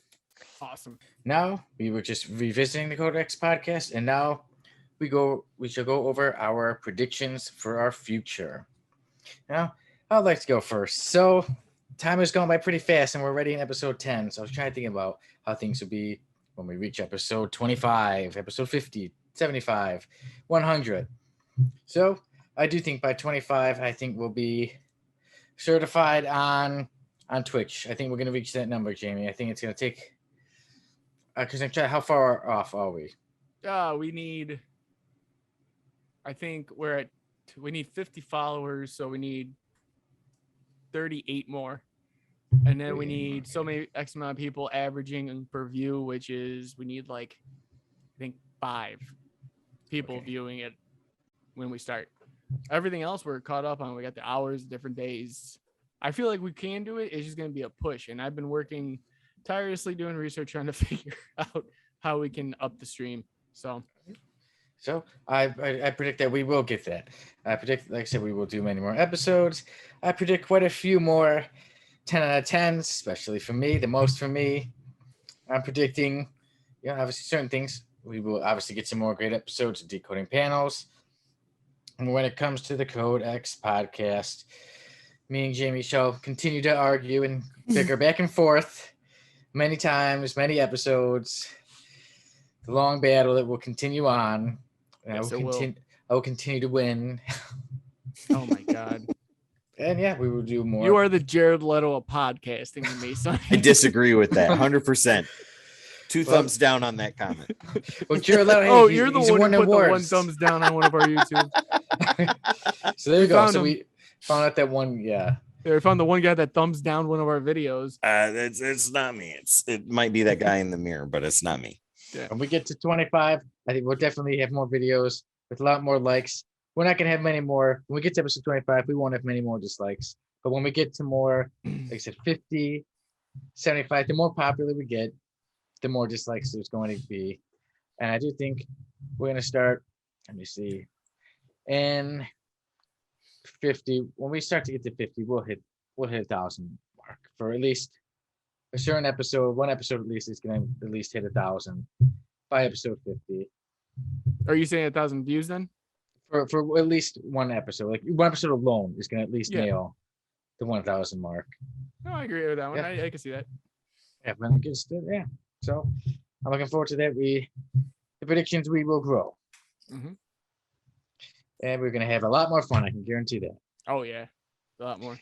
And I can predict and pretty much almost tell you guys that you'll be seeing more outrageous outfits within the time. You will see the return of the VR set and the hatchet. We might need that for this week because of the fact that we had a technical difficulty. So you might need to bring that out again to explain the technical difficulty. SK again. To the rescue again. And I think there'll be more. There you go. There'll be another prediction. SK will have to rescue Jamie multiple times. Okay. But now, not too many more predictions from me. Tim, I'll go to you. Any predictions you have for the show? Yes, I predict that Decoding Panels will take over Twitch and YouTube with very little time for anyone to prepare. And my mesmerizing voice will lull all the haters to sleep while my fans grow in numbers and we become millionaires. All within 15 episodes. Ooh. Okay, well, I'm expecting those millions. All right, son, you might want to put about a series away for a little bit there, man. 15 episodes, bro. You might not even be done editing. There's one thing. I hope that by the time we reach episode 25, that I can say, everybody, watch my show. Series by Series Pod is finally done. Yes. 15 episodes, we're gonna be millionaires. It's gonna be great. That's right. You might as well quit your jobs now, fellas, because I'm putting in my 2 weeks notice tomorrow. Awesome. Not from us though, right? No, absolutely not. This is where I'm gonna make my millions. So I quit. There you go. There you go. Done. No, seriously though, I think that the Twitch partnership is fast approaching. Yes. I think that with your guys' consistency and always being on at a specific time on a specific day, people are starting to get used to that. And people except for today, obviously. Well, except for today, but there's always an exception to the rule. But I think that with time, like with everything else, the viewers will come, the subscribers will come, the followers will come. And the fact that you're doing this not only on Twitch, but taking this episode and putting it over on YouTube too, you guys are hitting two birds with one stone. And it's just gonna progress. I mean, things are getting tighter. The ship is running smoother, faster, quicker, all of that stuff. And I think that with Decoding Panels, the thoughts that I have for it, that I've already run across with you guys, I think is going to help that section of the Codex podcast banner grow too. And I'm really, really looking forward to the things that we're going to do in the future. Co-host of mine, Jamie, predictions. All right, I'm gonna go with a bold prediction here. SK's bold prediction. Remember those days? Yeah. No. I want to say by. All right, I got two. By episode 50, I feel like we will have sponsors. That is my goal. I want us to enjoy what we do, but also get paid in some way for what we do. And I got three then now. I take that back. Number two is that Decoding Panels will be, if not one of the highest viewed shows for comic book breakdowns on YouTube. That would be nice. And number three is by episode 100 is we will have a whole staff.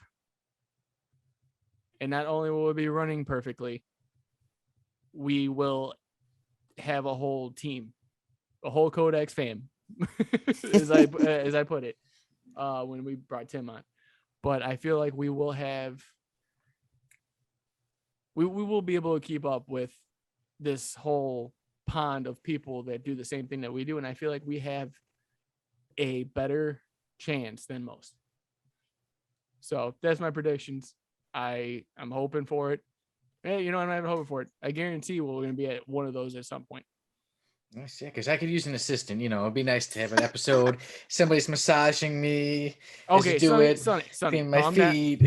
Calm down. Is this a black mocha caramel latte? No, I said soy milk only. Now go back and do it again, and don't come back to me unless it's correct. Oh, we're gonna we're not even at episode 25 yet, and I can already feel the sexual harassment problems.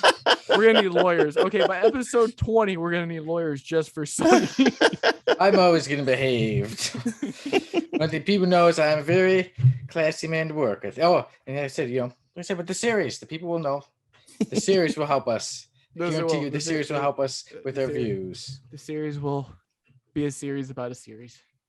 Yes. And one more prediction for me is I think we will be seeing choo-choo. I think we'll be seeing the game excuse train. What? You can't just throw that in there. You can't just...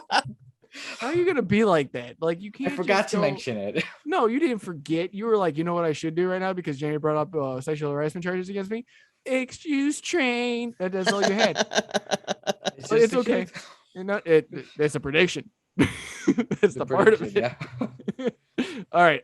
Move on. Let's go, Sonny. Okay.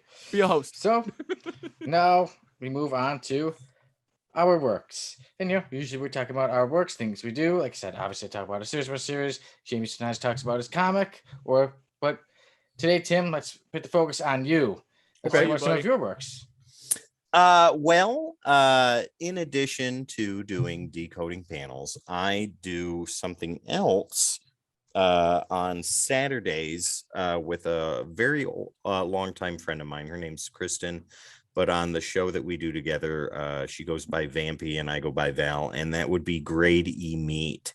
And that is an entertainment extravaganza where her and I watch movies from popular to the absolute ridiculous and talk about them, make fun of them, do all kinds of reactions and shenanigans, and have a hell of a good time doing that.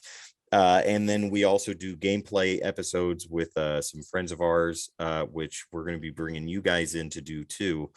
And we've done our first major interview, and that was with Pat Miller, who played Joey in a movie that is very, very personal to me. It's a super favorite of mine, and that would be Maximum Overdrive. And if you guys don't know what that is, that's where Stephen King wrote and directed his one and only movie. He was high on cocaine the whole time, and he calls it an abysmal failure and a moron movie. And I am a moron, and I love that movie and watch it religiously. So Grady Meat, that's what I do. We have episodes coming out every Saturday. We have Wednesday lunch specials twice a month. We do lunch table confessions where we do interviews. We've got more of those coming out. And our second season is just getting ready to wrap up. We are going to record next week our last episode for season 2. Then we're going to take a month break, and then we're coming into season 3. And that's right in Halloween time, Halloween season. So it's going to be scary movies for the first 5 episodes, and I'm super excited. It's awesome. There's one thing I want to know, because I have watched it and I kind of got the gist of it. And okay. I got there. If you guys by any means want to find Grady Meats, you can find them on our featured channel and other awesome shows. But with your scoring system. Okay. So please explain to me how this works, because I am not a fine diner, and okay. I'm gonna be honest with you. All right. If I gotta buy a steakum,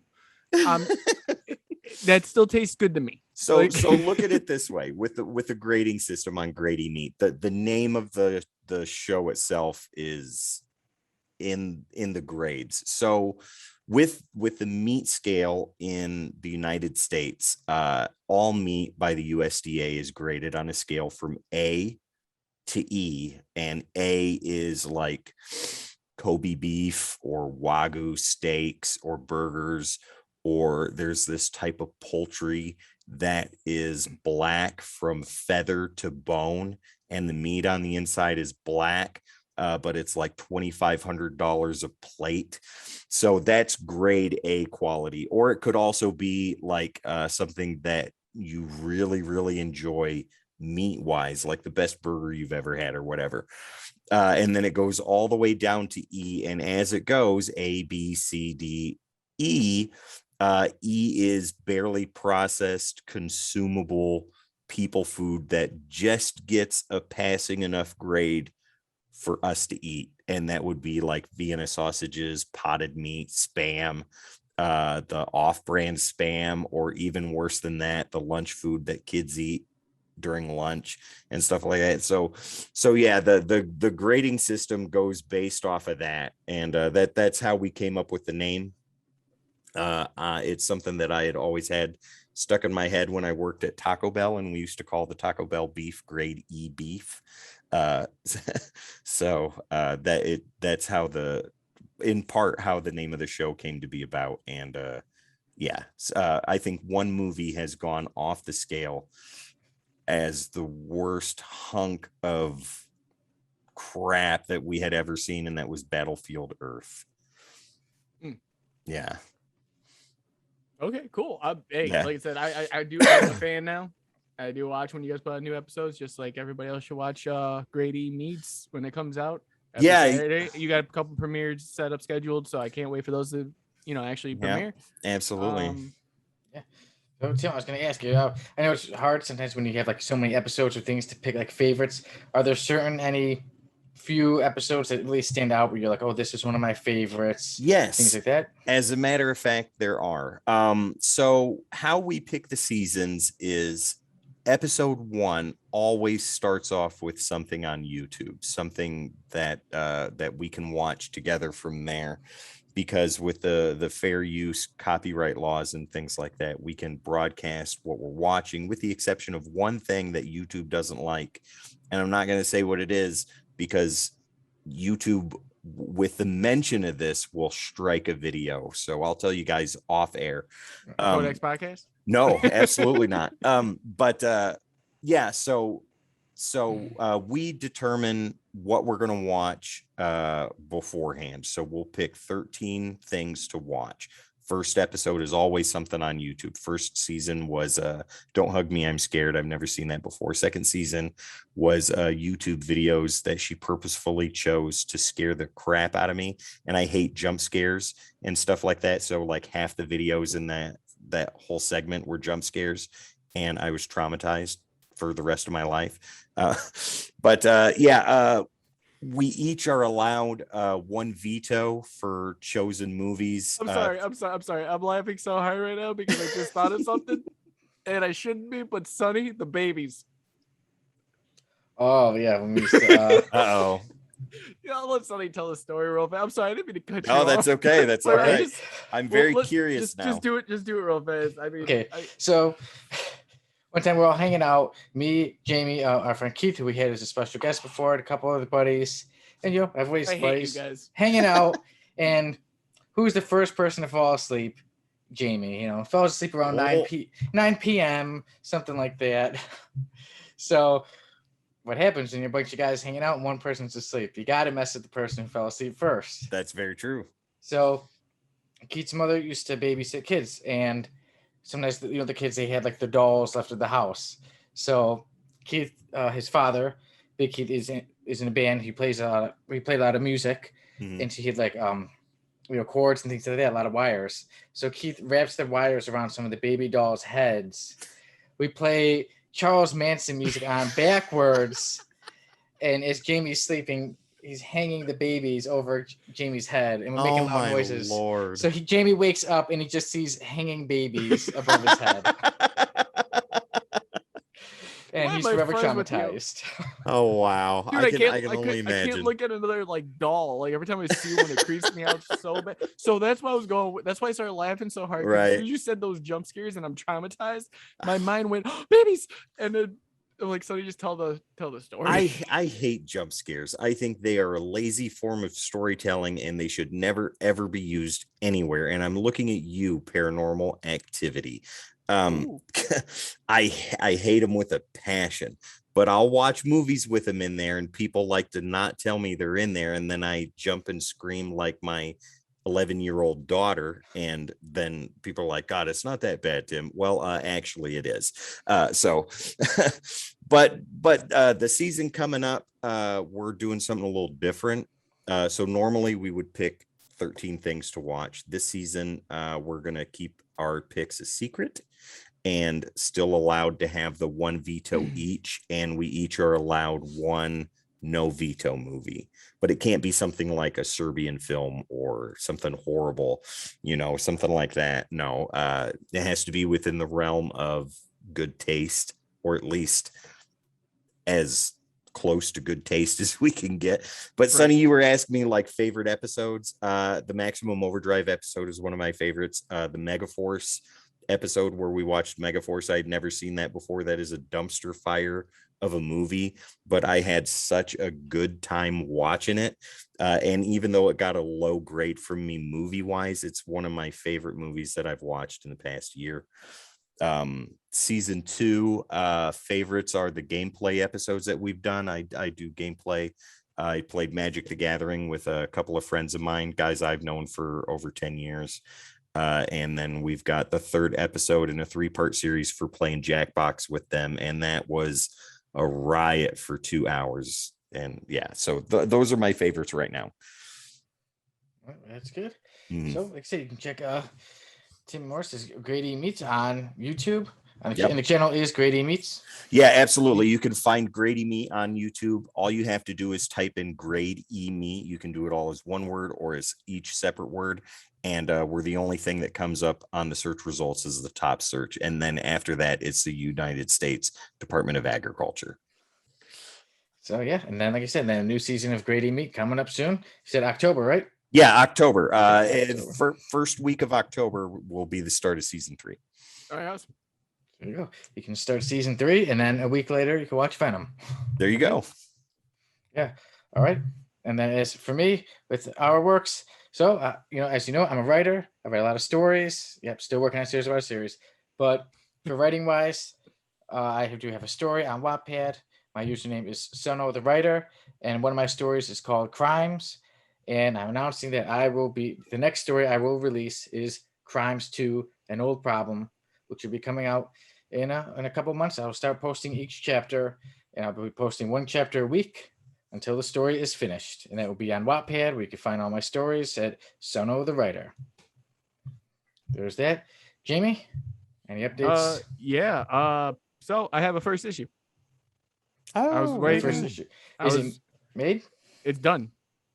I just gotta type it all out. I'm old school in the aspect that I write everything by hand, and then I go back and I type everything out. Because when I sit there, my process is I type it and I'm reading it as I'm typing it and it doesn't make sense, I could change it up there.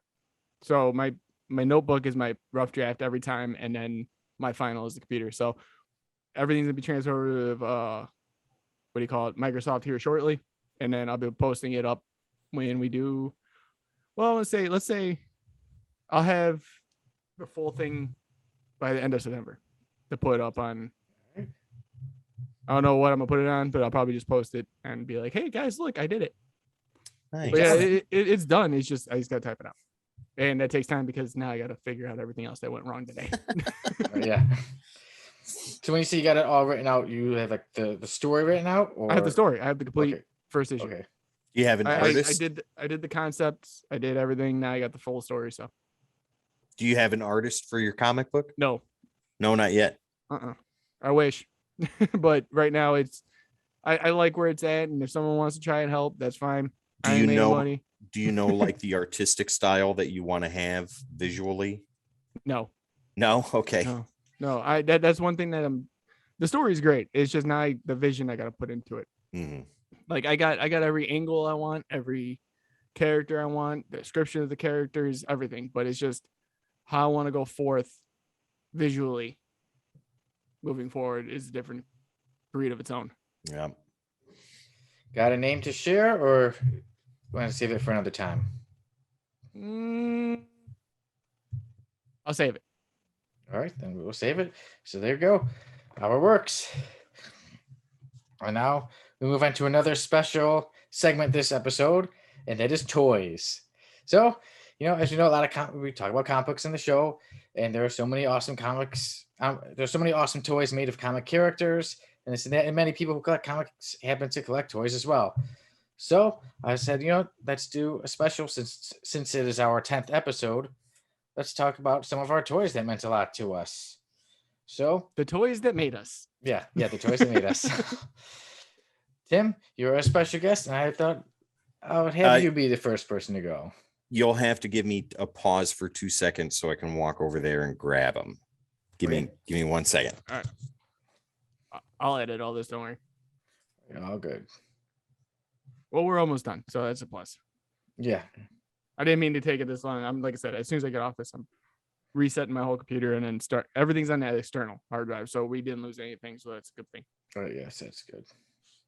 That's why I bought the external.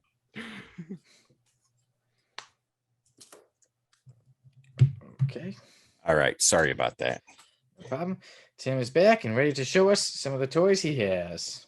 Okay, so I'm gonna go into kind of me, kind of my son. So like with me and with action figures and stuff like that, I love action figures. And for a time there, I was collecting a lot of Marvel Legends stuff, like the Build-A-Figure stuff that was early, like Galactus, and I think it was like Grey Hulk or something like that, or Apocalypse and Sentinels and stuff like that. And that was all cool. But I got out of that for a while. And when I had my son, as he was growing up, as kids do, they get into certain things, and he got into action figures. Well, with the age that he's in now, he's not allowed to watch certain movies, but he can have the figures of those. And he's a real big fan of Aliens and Predator for whatever reason. Right? Yeah, he loves them, but every time he asks me, he's like, "Dad, can we watch Predator?" I'm like, "Bud, I don't know, man. There's a lot of stuff in that movie." I said, cussing aside, he can handle that. That's something he can handle. But like with the amount of gore and stuff in the first Predator movie, he can't watch the second one. Not for a while. Right. But with the first one, understandable. Yeah, but with the first one, he'll be like, "Yeah, let's do it." I'm like, "Buddy, I don't know." And I'll get ready to put it on, and he'll be like, "Well, let's wait a minute." Okay, all right, fine. And with Aliens, he gets scared very easily. He's a tough kid, but he knows his limits, thankfully. And when it comes to Aliens, he knows that will scare the crap out of him, but he loves the figures. So I wanted to show his figure, and he's going to get a kick out of this when he sees it. But his Aliens figure here. Oh, that's awesome. This is the NECA version. So this is the super detailed super awesome, super amazing, way better than I think McFarlane's work does. And it's got the face grabber that pops out of it and all that stuff, and the claws and the face are all covered in blood, and the whole front chest is covered in blood and all that stuff. And he thinks this is one of the coolest toys that he has. And we were at a flea market, and the guy had this sitting up there, and I think it was $30, like $10 over what the damn thing is worth. And Ethan, I allowed him to have a certain amount of money to spend at the flea market, because I don't just let him go bananas, right? No, you got $20. That's all you got. Figure it out, whatever you want. Once that money's gone, it's gone. So he bought a plushie, I think, for like $10, and he had $10 left, and he kept eyeing this aliens figure sitting up there on the shelf, and the guy was listening to him talk. Dad, that looks real cool. Dad, that's awesome. Ethan, how much money you got left? Well, I only got $10. How much is it? Well, let's take a look. $30. I don't know, man. I don't know. You only have $10. You got to kind of figure it out. We might have to come back and get it later. And the guy came around, and he's like, so you're looking at that aliens figure, huh? I was like, yeah, my son's interested in it. I said, but he's short on money. He doesn't have it. And he's like, well, let me think about it for a second. And he walked away. And Ethan was wandering around in this section of the flea market looking at other toys and stuff. And he came up to me. He's like, hey, man, I'll cut it down to $20 for you, so your son can have that. I was like, done. I'll do it right now. $20. I said, Ethan, go ahead and grab that. Okay, why? What are we going to do with it? I was like, well, we're going to put it in this bag and take it home. What? Oh, my God, Dad, that's so amazing. So yeah, that's how he got the alien figure. And it's stuff like that even though, it may seem insignificant to people that aren't interested in stuff like that, that's something that Ethan's going to remember for the rest of his life. And he's going to have that figure as the real figure that got him into whatever he's doing, But as far as like another figure that I have 3 of them sitting here, and I'll showcase them all and just go over them real quick. I grew up in the 80s, so I watched the best cartoons that were ever made, and that's G.I. Joe, Transformers, Thundercats, Snorkels. All right, enough bragging. What do we got? Yeah, so Transformers is a huge part of my life as a child, and I've got the red figures that they put out that are absolutely cartoon accurate and articulate and multi-posable, and Optimus Prime even has the matrix of leadership on the inside. His face is perfect. Everything about him is amazing, and it is super cool to mess around with these while I'm working and stuff like that. But then I have this, and you can't have one without the other, and you have to have Megatron, and he's got the his gun. I got him holding an Energon cube, looking at it all mysteriously and stuff like that, contemplating life and the destruction of the universe and all that stuff. And these really bring me back to my childhood, and I get to mess around with them and play with them and tell my kids that they can never touch them for fear of breaking their fingers. So yeah, cool. And I like how those ones, like you said, that they remind you like the cartoon. Well, yeah, I mean, like I said, they're absolutely show and movie accurate. So, they fall right in line with how the characters looked animated. Yeah, and this is them brought to life, and it's fantastic. Yeah. And then, like you said, with the alien toy, that's certain toys, or certain just things in general, like so maybe a comic or like you said, a toy. Yep. Sometimes it's the memory that makes it that much more special. Right. Exactly. Yeah. So, Jamie, what toys do you have to show us? I have 2, and I'll make them quick. Chipmunks. It is Elvin. It's like So first one, I got the chess piece, and I wanted to buy the whole thing, the whole set, but I haven't gotten around to it. But he always stands up. He's always near. I got my chess piece of Hal Jordan because I want to make the full, complete Marvel versus DC set at some point. That is amazing. But when they're $30 a piece, and this is just for the what do you call it? I can't think of the pawn. Pawns? No. Is he a pawn or is he? He's a pawn because he doesn't have the base. Okay, he's just a pawn. Huh? Oh, tough character just to be a pawn. Yeah, no kidding. Yeah, I think like the king is like you could switch him out if you get him custom. but I found this one at my local comic shop back when I lived in Illinois, and that's what they had. So I was like, okay, because I would definitely get one as him as the king. Okay. Yeah, so I'm gonna assume Wonder Woman's the queen. Yeah, I think she is. I'd probably make a Power Girl in my aspect if I could. But the second thing I got, because this is old and it still has, there's a little wear and tear to it, but it's still got the hole punch, like sealed, is my new Teen Titans Nightwing. Oh, is that the retro figures? Yep. That's amazing. And you can tell it's still not punched. Wow. But how did you get that one? Little wear and tear on the back because of me moving. But someone just threw it in a box and they obviously wanted me out, aka my sister. I love those retro figures. Everything that they put out is awesome. I found that at a small convention in it's like the town right behind Oaklawn. They had it in like a mini gymnasium, and I walked in, they had it, and they wanted like $40 for it, and I lied. I was like, I got like 20. Then they're like, we'll do 20. I was like, okay, cool. And then I took my other 300 and bought the first. Nice. Let me just count that 20 out of these several hundreds I had. No, I made sure I always put like a 20 in my front pocket and the rest of my money in my like back or other pocket. So that way, if I'm like, hey, I only got a 20, I'll just pull the 20 out. Right. That way they're not like, oh, where's this wad of money? But I ended up that day too. I would have pulled that with it, but that's not part of the toy thing. But I ended up buying the very first Firestorm issue. Nice.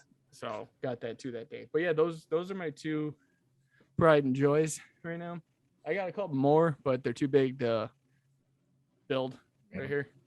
All right. Well, now I know if you say you only have $20 on you, I know that you're just trying to No. Wait, unless me or you are at a convention, if I only got $20 on me, I only got $20 on me because I'm broke probably from going to a convention. Sure. All right. Go ahead. Oh, okay. Well, I wasn't sure how many we were gonna do, so I brought out a few. Oh dear God, this is gonna be another hour and a half having Sonny talk about his toys. I'll just go. Does one of them go? No. Well, first one I grabbed out happens to be my Marvel Legends Frank Castle, the Punisher. And we're getting this toy, and this quickly became one of my favorites. So obviously, like I said, I write, but one thing I would do is I would always make movies with toys. I would pretend that they're characters in a movie, and they do this and that and all this stuff. And then obviously, eventually, I stopped playing with toys, but I started writing books. But all my writing my ideas started with playing with action figures. Nice. And the Frank Castle was the lead in quite a few movies and TV shows. If you watch a series by a series, there's a cameo. Yeah. Let's see. This one, real quick, is Apocalypse. I think it's from 1994, and it's. How come he doesn't look like the movie? Is that the right? Is that the Toy Biz one? I believe so. Not sure. It looks like it. Yeah, that's what it looks like. Yeah, you would pull it out, and then I still have one of the things in there, and then you would hit the back, and it would on the wall, it would display pictures from the episode, and you just twist that. That's amazing. Yeah, so this is I really like this Apocalypse, especially as a kid, because back in the day toys were all like the same size, and I'm like, Apocalypse is way bigger than everybody, and that one actually had a bit of height over the others, so I really like that. And then here is a character who's become one of the most popular superheroes. It is Deadpool. So I was a big old Deadpool. Yeah, so I was a Deadpool fan long before he was even really popular. And I made sure to keep this figure. Yeah, the haircut or the mask comes off and everything. I thought you just broke it. I'm not gonna lie. As soon as you did that, I was like, no. And then, I'm just gonna go quick. Real quick, I have a character. His name was Brimstone Love. And remember how we were talking about underrated characters, and he was from Marvel. And I had a card of him. And I love this toy. It's one of my favorite figures. And I never really seen him in much. He doesn't appear in many comics. I have never heard of him. Yeah, so Brimstone You brought him Love. up before. Oh, we're going to have to watch. I'm going to have to catch it. I don't believe I've mentioned Brimstone Love. Not on the podcast, but we've talked about it outside the podcast. I remember that name. I remember you talking about that name. Okay. All right. Well, another character flying in the way is my Marvel Legends Silver Surfer, because I'm a big Silver Surfer fan, and I have an idea for this figure that I may use later on in a project that I won't give too much away for, but one of these days in the far future, I may use that Crimes figure. too, isn't it? No. And now later on, I'll say I mentioned that figure all the way back in the Codex podcast, episode 10. So, okay, some more. So, as a kid, obviously, I liked superheroes, things like that, and then I became really big into wrestling. And then all the characters became wrestlers. And one of my top wrestlers was one of my favorite toys was Bane from Batman. And I pretty much made him unbeatable. He was beating every wrestler. Nobody could pretty much stop Bane. And then, he's one of my favorite DC supervillains. And speaking of more wrestlers, so I'm an X-Men fan, and I have Wolverine, whose arms are glued together because he had broken multiple times. That is way old school. Yeah. And old Cyclops. And for me, I made those two wrestlers. Like I said, when I got into wrestling, every hero became a wrestler. And for some reason, the Cyclops, I named him Glasses Guy. Maybe it made like he had glasses. And then for some reason, unknown to me, I said he's now Goose's Guy. I don't know why he got the name Goose's Guy, but his name was in my wrestling was Goose's Guy, and they were tag champions. He was heavyweight. This little skinny guy, Goose's Guy, was the heavyweight champion and could beat all the big strong wrestlers. That's funny. I have the Cyclops. It's the same mold and everything, but the paint scheme is different. It's his X Factor suit instead of his regular X-Men suit. Yeah, with the white and then the blue is the background. I found that at an antique store for $2, and I bought it for my son. Nice. Wow. That's awesome. Yeah, almost done. And then, we were mentioning this character that we pretty much all idolize, and it is the Penguin. Ooh. So on the special episode of the Codex podcast, Keith mentioned that they used to have a Batman figure, a Penguin figure very similar to this one, and they would hide it in my shoes and everything when I would go visit. And then one day, years later, Keith no longer lives at home. He's got a family. He was in the army at the time. And one day his mom messages me and she says, "You have a package at my house." I'm thinking, like, why would somebody send me a package at Keith's parents' house? So then I go there, and it was actually our friend Dan. He, for some reason, sent me a whole huge pack of Batman figures, and one of them included the Penguin. That's amazing. So I still held on to it. Almost done. Here's Dennis Rodman, because Dennis Rodman. And that's enough reason. Yeah, we can end the show right there. Oh, and then I was like, you know what? There are certain figures I've had since I was a little kid, and I never knew the names of them. And even now, reading so many comics, I'm like, I never figured out who that one was or that one. So this is one figure. I don't know his name. To me, he looks like he's from Spawn. That is Chapel. Chapel was his name? Yeah, that's Chapel. That looks like Chapel. But there you go. Now I'm glad I brought you know what this whole conversation sounded like just now? Remember the Family Guy episode where he's like, Jackal, it's Jackal, is it Jackal? It's Jackal, it's Chapel, it's Chapel, it's Chapel, it's Chapel. Well, there you go. So there you go. Thank you, Tim. You're welcome. I always wondered, like, who is this guy? Like, he's cool, but I don't know his name. So Chapel is his name. I'm almost 100%. I'm like 99% sure that's Chapel. We're gonna get that one guy in the comments, and he'll be like, he wrong. Actually, that is not Chapel. Yeah. His name is Chappelle. Yeah. Well, Mr. Comment Guy, let's go ahead and have a conversation about that. Yeah, and that for actually when I found it, when I was going through my old, I was going through my shed, finding my own figures to bring out. That figure's leg was broke, so I had to super glue him. Wow. Before the show. And who knows, Tim, you got one? Maybe you'll get this other one. This is another figure who I don't know. I always liked it. I know what team he's on. He's on Youngblood. Youngblood. I can't remember his name though, but he is on the cover of one of many Youngblood issues I am not ashamed to admit that I own, sitting over here in the corner. We'll edit that out. Well, cool. I will look that up, man.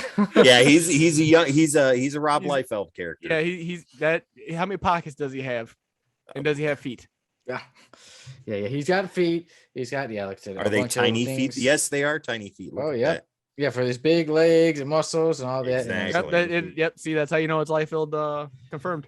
That's there right. You go. So now I figured some things out. I wasn't sure if anybody was going to get that.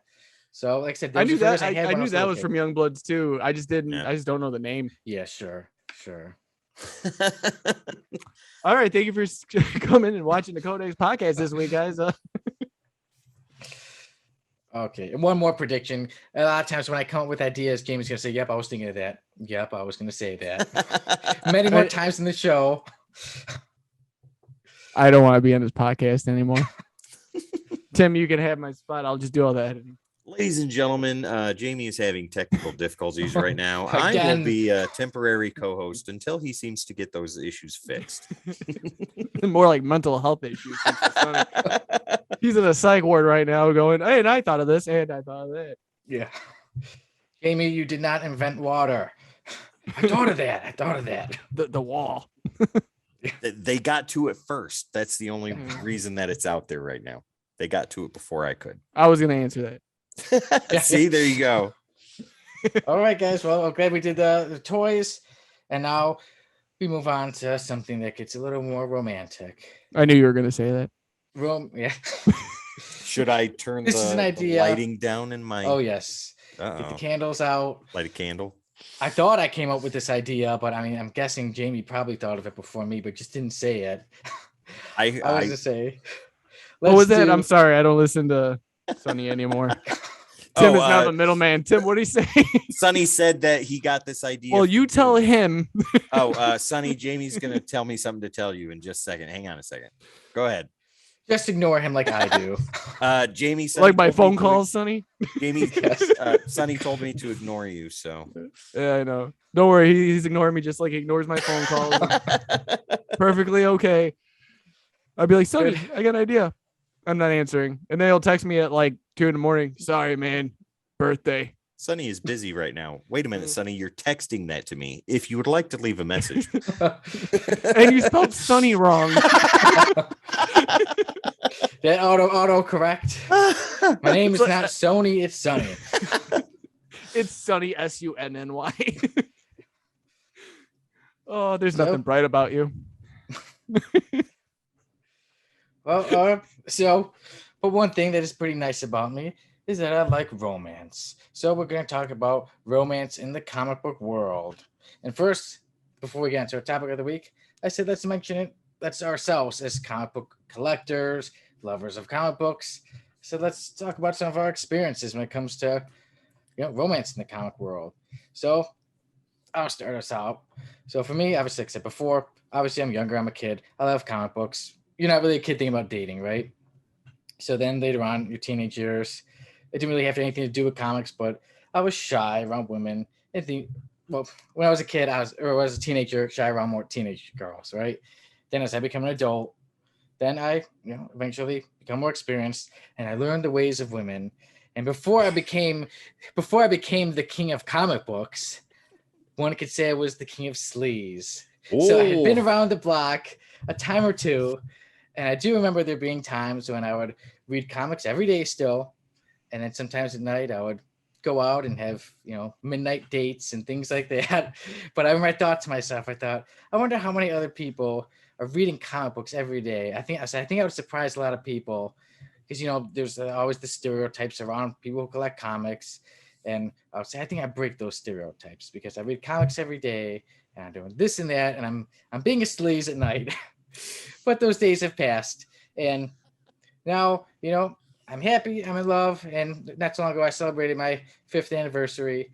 And one thing that my Maria knows is that I love comics, and she knows that it's a part of me, and she obviously accepts it. So I'm good, and romance can happen for comic book fans like us. That's right. So that is my romance in comic books. Jamie? We got all of Sonny through puberty. I'm gonna have to talk to you afterwards, Sonny, and take notes from when you were the king of sleaze. The midnight sleaze. Yeah, that's the right. King of sleaze himself. We need that as a comic, just like an anti-hero. The midnight sleaze strikes again. It's amazing. So yeah, I got 2 stories. and I'll let you guys choose which one right here. The time I skipped the date because a new issue of something big was coming out, or the time I broke up with a girl because she fell asleep during a superhero movie. The first one, please, and then the second one. I agree with him. He's our guest. Yes. He's our guest, so we got to go with what he's saying. Yeah, he's our guest. I've got to know why you dropped a date for the debut or the premiere of a particular issue. I've got to know the story behind that. All right, I was young, no, and I needed the money. It was when Blackest Night first came out, because I was reading the whole Jeff Johns run of the Green Lantern, that's and it was pre-New 52 stuff. That's a long time ago. Yeah, but there's this girl that I wanted to go on a date with for a long time. Not going to say any names because it doesn't matter at this point. But I finally got her to say yes, and I was this nerdy, no friend kid. Sonny barely liked me. It was great times. So the new, like, the way my comic shop by my house was, you needed 4 titles to be on a subscription, right? I could not afford 4 titles at the time. I could only afford 1, and that was whatever Green Lantern was pumping out. And I wanted to save more money so that way I could get every tie-in that was coming out with, the Blackest Night or Prelude 2. And that's what it was. It was the Prelude 2 starting it off with what do you call it? I think it was the Corpse. And so I get this date with this girl. I'm all excited. She goes, "Well, I'm free Wednesday." And I'm like, "Yes, awesome. Great. Wednesday it is." Not great. Forgot that Wednesday comic book day. I was so excited. And then I realized what I had done. And I was like, and I didn't want to hurt her. And I didn't want to be like, "Oh, I'm so sorry, you can't go out because there's a new comic coming out." So I just didn't talk to her. Oh, dude. Classy. And I went home and I read it. Prelude to Blackest Night. I loved it. And I'm never changing that. I wouldn't change that day.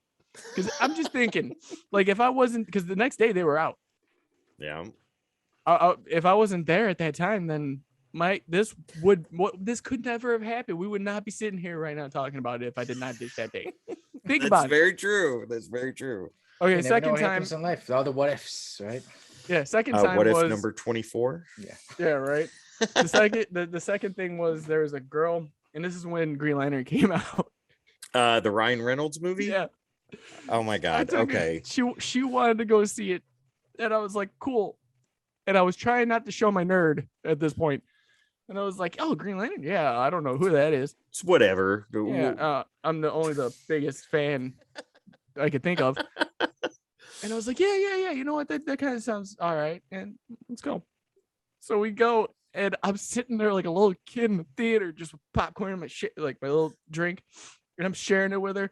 Halfway through the movie, I hear, "Oh!" And I'm just, I look over. And not only was she the loudest snorer I've ever seen in my life or heard, but we were like dating for like a week. Wow. We left the movie. She's like, "All right, cool. Get home, everything else." And then she's like, "I had fun." I was like, "Nope." Did you now? Because the snoring effect was so different than what you were actually saying. So that night, I was like, "I don't think this is working out anymore." and we ended up breaking up. But I was just like, thinking back to it, it's like, if I didn't do those things, I don't think I'd be the person I am today. But I mean, I've been good in relationships. I mean, not the greatest, if anyone knows my track record. I am back on the dating scene. So hey, if anyone's watching right now and actually likes, hit me up. You and I need to take the King of Sleaze classes before we go any further.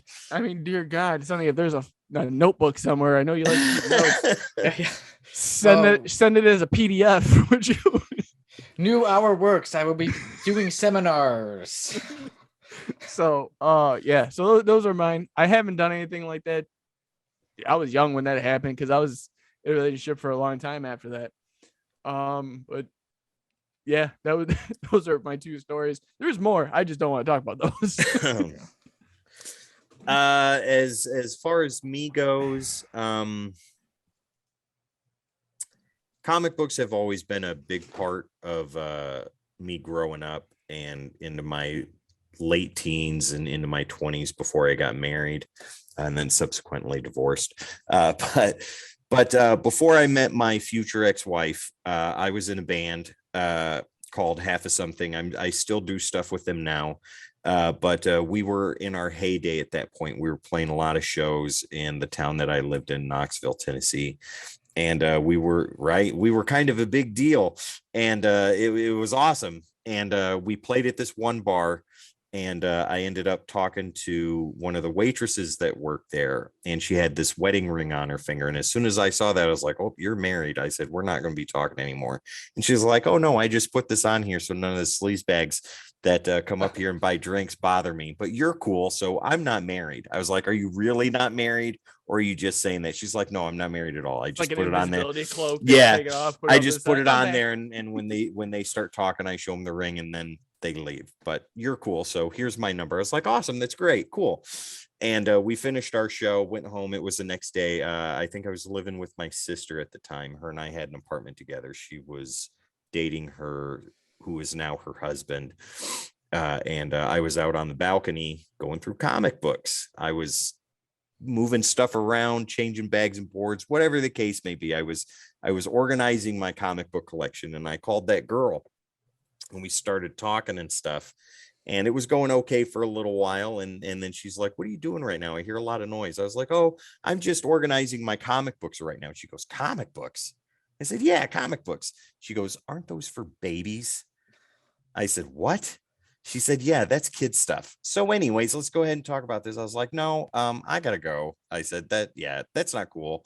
I said, I love this stuff. This is what I do. This is part of what I enjoy. And if you're going to treat it like that, I said, then we don't have any reason to be talking. She's like, okay, bye.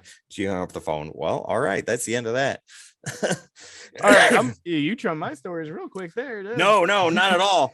But like the story where you said that the girl fell asleep on you.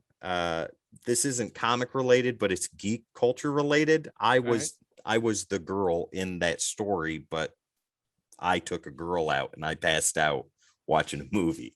Oh, yeah. You remember the movie? Though. Well, we went and saw the X-Files when the X-Files movie came out, the first one. I do the same. Right. And I had already seen it in the theater. Well, it's a good movie. I own it. But I had already seen it once. And this girl I really wanted to take out on a date, and it was my buddy's cousin. And she ended up agreeing to go out and all that stuff. And I had just got done working somewhere. I don't even remember where the heck I was working anymore, but I was really tired. But I had to go on this date, and we got there. And as soon as the lights went down and the X-Files logo hit the screen, I was out. And I didn't wake up until the end of the movie, where she's sitting there like this, just looking at me. I was like, oh, this is a good movie, huh? And she's like, you're an asshole. And she took off, and that was the end of that. But yeah, so. Jamie, I was going to ask you real quick about, you said that the first story you told, did you ever run into her again? The one that you said, like, oh yeah, you just never many a time. We don't talk, obviously. Spoiler alert. But no, I did run into her. We were at a bar. I was at a bar with a buddy, and I ran into her probably about right before I moved up here, I think. And I explained the story to her, and she's like, I completely understand that now. like young, when you're young, you don't understand those kind of things. But now she's like, I get it. It's cool. It would have been funny if she was actually getting the same comic and you just never told her. And yeah, she's like, I happen to be a big fan. And yeah, it would have been great if she would have been like, yeah, I was gonna kind of blow you off too, but you beat me to it. And then Jimmy, also about that, like, did it ever hurt? Like, did you ever feel bad, or did you not feel like? Did you ever not care since like she was imaginary? Like, did it really mean that much to you? Like all your sleazy exes, yeah. Yeah, no, I've met a few of yours too. Remember? No, not a few, just a few. But no, yeah, no, it was weird. Like it looking back, I'm like, I could see I was a total douche, but yeah, no, I never. After, like, I felt bad, but then I felt good when I read my comic. There you go. Yeah. So at least you. But then afterwards, it was over, and I was like, oh, now I feel bad again, and then I just got over it. Tell me you still have that exact issue. Yes, I do. I have 2. That's amazing. Like the one you went out and bought. And then the second one that I went out and bought. And then the second one I went out and bought after the fact because you couldn't find it anymore. That is amazing.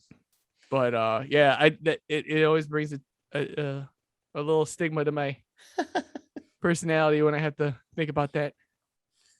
And then I hear something, oh, it's imaginary. Yeah. I don't know why I still do this podcast. Why did I ever agree to that? She's in Canada. You wouldn't know her. Yeah. Yeah, so we have a lot of fun, and well, good luck to you guys in the dating world, and hopefully you find some nice ladies that at least either love comics or, like you said, they're gonna have to tolerate us. That you love comics and that comics are a part of your life. You know that you're not gonna give it up. Yeah, no, mine are all sitting right here, stacked up over the window. So, yeah, I remember C2E2 used to do a thing where it was a comic convention. For those of you who don't know, it was a comic convention. You're not as big as Comic-Con, but it was C2E2 was a comic convention in Illinois. They've had a few in other states, and there was a part where there was something where you could like have a speed dating, but obviously it's for comic book fans. And one time I was thinking about doing it because it was back years ago when I was single. I was thinking about doing it, and then I like walked up to the place and like, because like it'd be pretty interesting. How often do you get a chance to go on a speed date with like a chick who's like a woman who's like orange or blue, right? But is into comic books as much as you are. That's amazing. Yeah. But then I went there and like, all the guys were completely full, and there was like 4 women who were going to do it throughout the whole day. So the men was completely full. Wow. So never got to do it. Maybe one of you guys will do it. Who knows if they keep it around? I don't know. If they do, if they keep it around, you should do it, man. It'll be a hard pass for me. I think I'm just going to be dying with my comics. I'll do it. I'm not afraid. I'll go up there and talk to people. I like meeting new people anyways. So good. There you go. Tim will do it, man. Yeah, hopefully they have it around. It'd be an interesting story I'd like to hear about. I'll put on some Old Spice and some Axe body spray. Yeah. And don't forget to carry a hatchet with you, man. Yeah. Absolutely. Virtual reality set. I'll roll a comic book up and just walk around with it. Man, don't do that. Yeah. Right. Well, guys, it's a romance in the comic world. It's pretty fun, and that led to our topic of the week, which actually Tim came up with, and it is: what are your thoughts on romance in comics? And as usual, as we do every week, Jamie has the top 3 picks for the comments of the week. I don't feel like doing it now after those imaginary girl comments. Nah. You hurt her imaginary feelings. No, but yeah, I do have the 3. The first one comes from Jackson King, who we previously had mentioned on the show before. Goes, I don't mind it. Love and Heroes was a classic. Also, Strangers in Paradise, plastic. My favorite had to be how Gambit pursued Rogue and how long it took for them to officially become a couple and tie the knot. Then you have those WTF moments like Ant-Man shrinking down, covered in sweat, telling Wasp it's her turn. The second one we got, Dennis Wiseman. If it fits the character, but does not for the sake of showing how progressive a character is. He put examples, Peter, MJ, and Gwen, Banner and Betty, Batman, Catwoman, Starfire, and the DC universe. I even enjoyed the dynamic of Cap and Diamondback, which now I need to see if it proceeded Bats and Cat or not, which I do like that answer a lot. And then probably gonna ruin his last name like I normally do, but Ashley Toucher, I don't know, Tocagr. Romance in comics, absolutely. Romance genre comics, wouldn't touch, not my taste. So thank you guys again for the top 3 and everyone else who had, gone out and commented and let us know what was going on with their thoughts. So yeah. All right. Jamie, what are your thoughts on romance in comics? I think it's good, depending, as long as it goes with the story. You don't need, basically the way I see it is if it like Batman and Catwoman with their wedding, it tied into everything that was going on with the storyline. As much as people hated Tom King's run, I thought it was great in some regards. You see certain things like, how can I put it? like we had the conversation about Tim Drake and how if someone was writing him, they don't have that in that community. So you can't, that's the type of stuff that I try to stray away from, because you don't have a character. You're not building a character by not building your character. And if you're going to have a relationship with a character that's not built, there's no building on the other character that you're trying to build with. And that relationship just doesn't make any sense then. When it comes to certain stories, like I remember, was it 2 years ago, they came out with Rogue and Gambit, and it was like it was good because they're already established. We already know what they are, right? And it was like they went on a mission, and it was for a couples retreat, and it was like they went through therapy and they were talking about their feelings. And I was like, you know what? They actually bring up a lot of things from the past, from continuity wise, and brought it into this. So things like that I like. It's when it's like, oh, this is Jen. Okay, what does Jen do? Jen things. And then you get later on into the like 4 or 5 issues and you don't remember who Jen is. And then it's like, do you remember Jen? Now she's a redhead. Well, why did her hair change? Jen things. And then it's like the whole thing. It to me, that should not be in there. If you're not going to utilize the character in a relationship, don't have the character. But if you're going to do it, make it right. Build them in. So yeah, that's my thoughts. All right. And Tim? Romance in comics. Jamie, I'm right with you on that. If it follows along with the story and the natural progression of the characters that are romantically involved, I am 100% for it. But if it seems like it's something that's forced, or the particular writers or creators are shoving this particular thing toward your direction, and they're like, this is how it is now, this is how it needs to be, this is what it's going to be, I push back, and I push back really hard. If it's not organic, if it doesn't go along with flow of story, if there's no reason for it to be there, then it shouldn't be there. But like with characters that I'm familiar with, like Spider-Man, I mean, he's got Gwen Stacy. The romance with Gwen Stacy, when that was done, was absolutely amazing. And when they killed her off in the Spider-Man comics, spoiler alert, that was a hard blow to the character. I mean, because that, like, you felt that was the character that he wanted to spend the rest of his life with, you know, that was his girl, that was his first true love. But then with the incorporation of Mary Jane no longer being with Harry Osborn and setting her sights on Peter Parker, that relationship had decades to grow, you know, until they got married in the 80s, and Parker's in college and all that stuff. And we got to grow up and watch that relationship take place. And that was amazing. Like with Superman and Lois Lane, they're the power couples, you know, they've been around forever. They're always together. But Batman and Catwoman, that's something that fans had been dying for years. And only until recently did they finally put them together. You know what I mean? But yeah, with romance in comics, like you said, Jamie, as long as it's organic and part of the story, I'm 100% behind it. But if it's not, then it's something I push back on. Right. Guys, Sonny? I pretty much agree. I feel like I would just basically be repeating what you guys are saying. Mark this date. It is yeah, August 18th, and it right as of right now, it is 8:49 p.m. Central Time. Sonny has agreed with Jamie, even though Tim's in it. Yeah, we still agreed. I am a witness. So it does happen every now and then. Who knows when the next time will be, but we're all pretty much in agreement. I think you guys pretty much said it all. So there we go. That's our thoughts on romance in comics. So now we move on to our review of the week. Our guest, Tim Morse, recommended that we do Spider-Man 17 at the hand of Thanos, the death of... Okay. And so that was the issue you gave us this week. We both read it. And Tim, I'm going to let you take it away and do the first review of it for today. Okay. Well, Spider-Man number 17, for those of you that don't know, that's the 17th issue in the self-titled Spider-Man series that McFarlane started.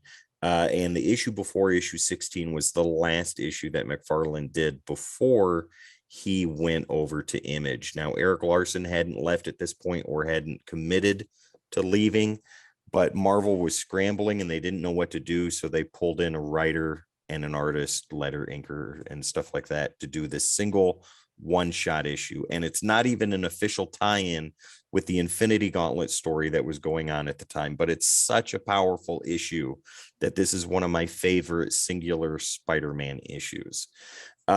Quick synopsis of the issue itself. Spider-Man is going through a typical Tuesday. He's got a thing of barbecue sauce in the back of his tights, and some event takes place, some disaster that he needs to help. I think it's window washers. Their platform breaks, and he goes and tries to save them. And he does, but in the process, the platform that the window washers were on crashes into this air conditioning unit that's full of flammable freon, and it explodes, and 2 people get caught up in that. And for 22 more pages, Spider-Man is technically dead, and he goes and meets Death and Thanos and all of that stuff. And it's just a fantastic issue. Rick Leonardi, I believe he was the Spider-Man 2099 artist at the time. Yeah. His work jumping in and doing this, top notch, phenomenal. I think it's peak Leonardi stuff. And Nocenti, I think that's her name. I don't know if I'm pronouncing that right, but she wrote a really, really good story with just this one particular issue and incorporating the major event that was taking place in Marvel at the time with Infinity Gauntlet and Thanos in there. I think she wrote Thanos very, very well. And I think she wrote Spider-Man very well. And where McFarlane's Spider-Man is a little bit different, hers kind of is a throwback to the jovial Spider-Man that I more enjoy. But if I go grade wise, you guys do 1 to 10, right? With points in between. Yeah. Yep. Yeah. Okay. However you feel. So with a grade, as far as that goes, writing gets a solid 9 from me. It's still 90s dialogue, so there's still some things in there that kind of make me cringe a little bit, or that could have been done a little bit better. But I understand with the pressure and stuff like that, you get what you get, and what we got was really good. As far as artwork, that gets a solid 9.5 from me. Leonardi is a great artist. I don't like everything that he does, but what he did for this particular issue, I think he put more effort into this than what he was doing with Spider-Man 2099 at the time. And though there are some particular panels that I think could have been done better, I think that it was done very, very well. So the artwork and the story complement each other. So all in all, 9.5 for me. Awesome. Okay, Tim with a 9.5. So for me, when it came to Spider-Man issue 17, I would say, Tim, it's like, you know me, you know a lot of the subjects that I like. Before you picked out What If Wolverine was Lord of the Vampires, I'm like, it had X-Men, it was What If, it had the Punisher, it had vampires. For this, one thing I talk about a lot is I'm somebody I talk about death a lot, and what if this, and if this and that. So, and I'm also a big fan of person. Yeah, a fan of Spider-Man and Thanos. So I'm like, okay, Tim picked out another comic that I could definitely see goes with me. So like you were saying, too bad I don't have barbecue sauce with me right now. If you read the issue, you'll know why. Aunt May's going to be so mad. Yeah. Very mad. And real quick, before I get to mine, if anybody wants to see more or hear more of Tim talking about the Spider-Man issue 17, he will go into full detail page by page in upcoming episode of Decoding Panels. Oh, yeah. Yes, we will make sure we'll make that announcement as soon as we are done with that. Yeah. Got to plug that in. So for me, like I said, I enjoyed it. Like I said, it was something that obviously it's going into death. I'm wondering, I really like the part where Spider-Man, he's looking around, he's talking about all different religions and how everyone believes in death and what they believe and what Christians believe and Muslims believe and everything. I'm like, it's very interesting, topic to talk about for comics. Are you talking about like the graveyard of religious symbols that he was in? Yeah, that was good stuff. Yep. So I did enjoy that. And then, like I said, obviously the stuff about death and then seeing Thanos. I thought it was a good comic. Like I said, obviously it's a one shot, so it doesn't continue and go too long. And then I don't want to give too much away at the end, but like I said, it's mainly if you're a fan of seeing Spider-Man, Thanos, and Death, Those are the main characters you're going to see in this issue. I thought it was good. Like I said, I like the artwork. I like the dialogue. For me, I enjoyed it. I wouldn't say it was like this one of my favorites or something up there. For me, I give it a solid 8.2, and I recommend it. I think it's a good comic, a good issue. Look at that, Sonny with the 8.2. Ooh, God, I don't think people should be rating it. He's been giving 10s out like they're rice cakes. Now he's like 8.2, and everyone's be like, I'm not rating that. Well, see, now I want to read it. Sonny said no. So yeah, are you done with your review? Okay. Yeah. So pass to you. So I really liked it. I thought it was a great issue. I thought everything looked good in it. The thing that caught me though was the fact that they finally had something with Thanos and Death and his love for her and what he would do for her, and that going against the grain with Spider-Man and him trying to make it back and him being like, you can't do that. She won't allow it. And Death does not speak a word in the whole issue. Like she doesn't throughout the whole series of anything she's in usually. But to see that interaction, that relationship with Thanos and Death was amazing. To see that Spider-Man,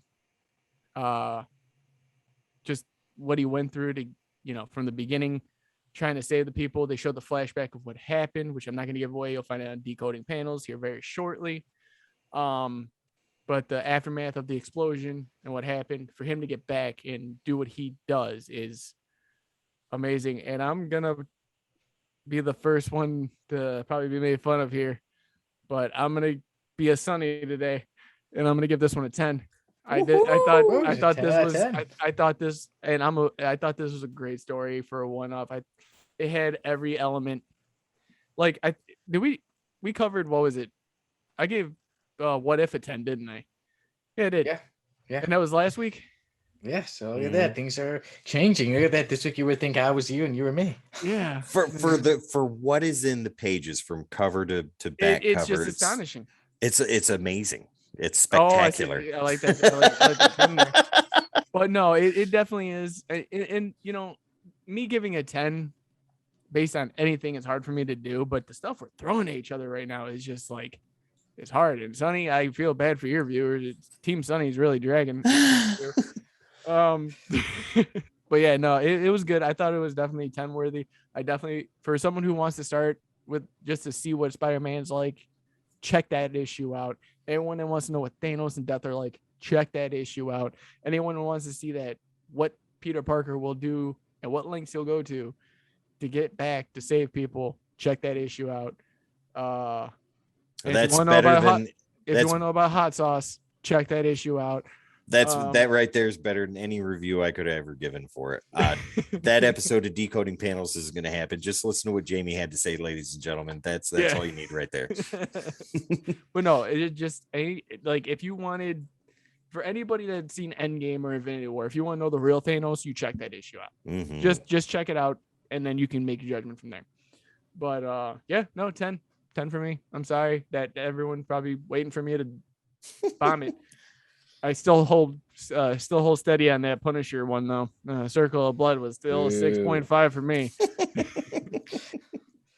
Yeah, but like I did say, it was a great one shot, and like I said, it's pretty funny that if I give an 8.2, it's like low for me. People, trust me, I enjoyed it.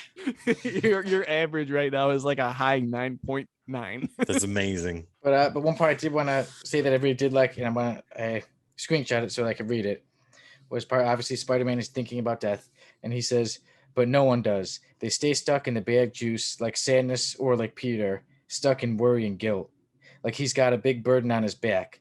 But if he could only turn around and see, the burden is only wings. And then it says, we're prisoners who can't see their own wings. Mm-hmm. That was a part I really liked. I really liked reading that part. I like to read good things. I like good dialogue, and that was a part I really liked. Yeah, absolutely. Yeah, it was a good one. Tim, thank you for bringing that one up to us. That was actually a really good pick. So yeah, watch out for it on Decoding Panels coming up here within a month, I think.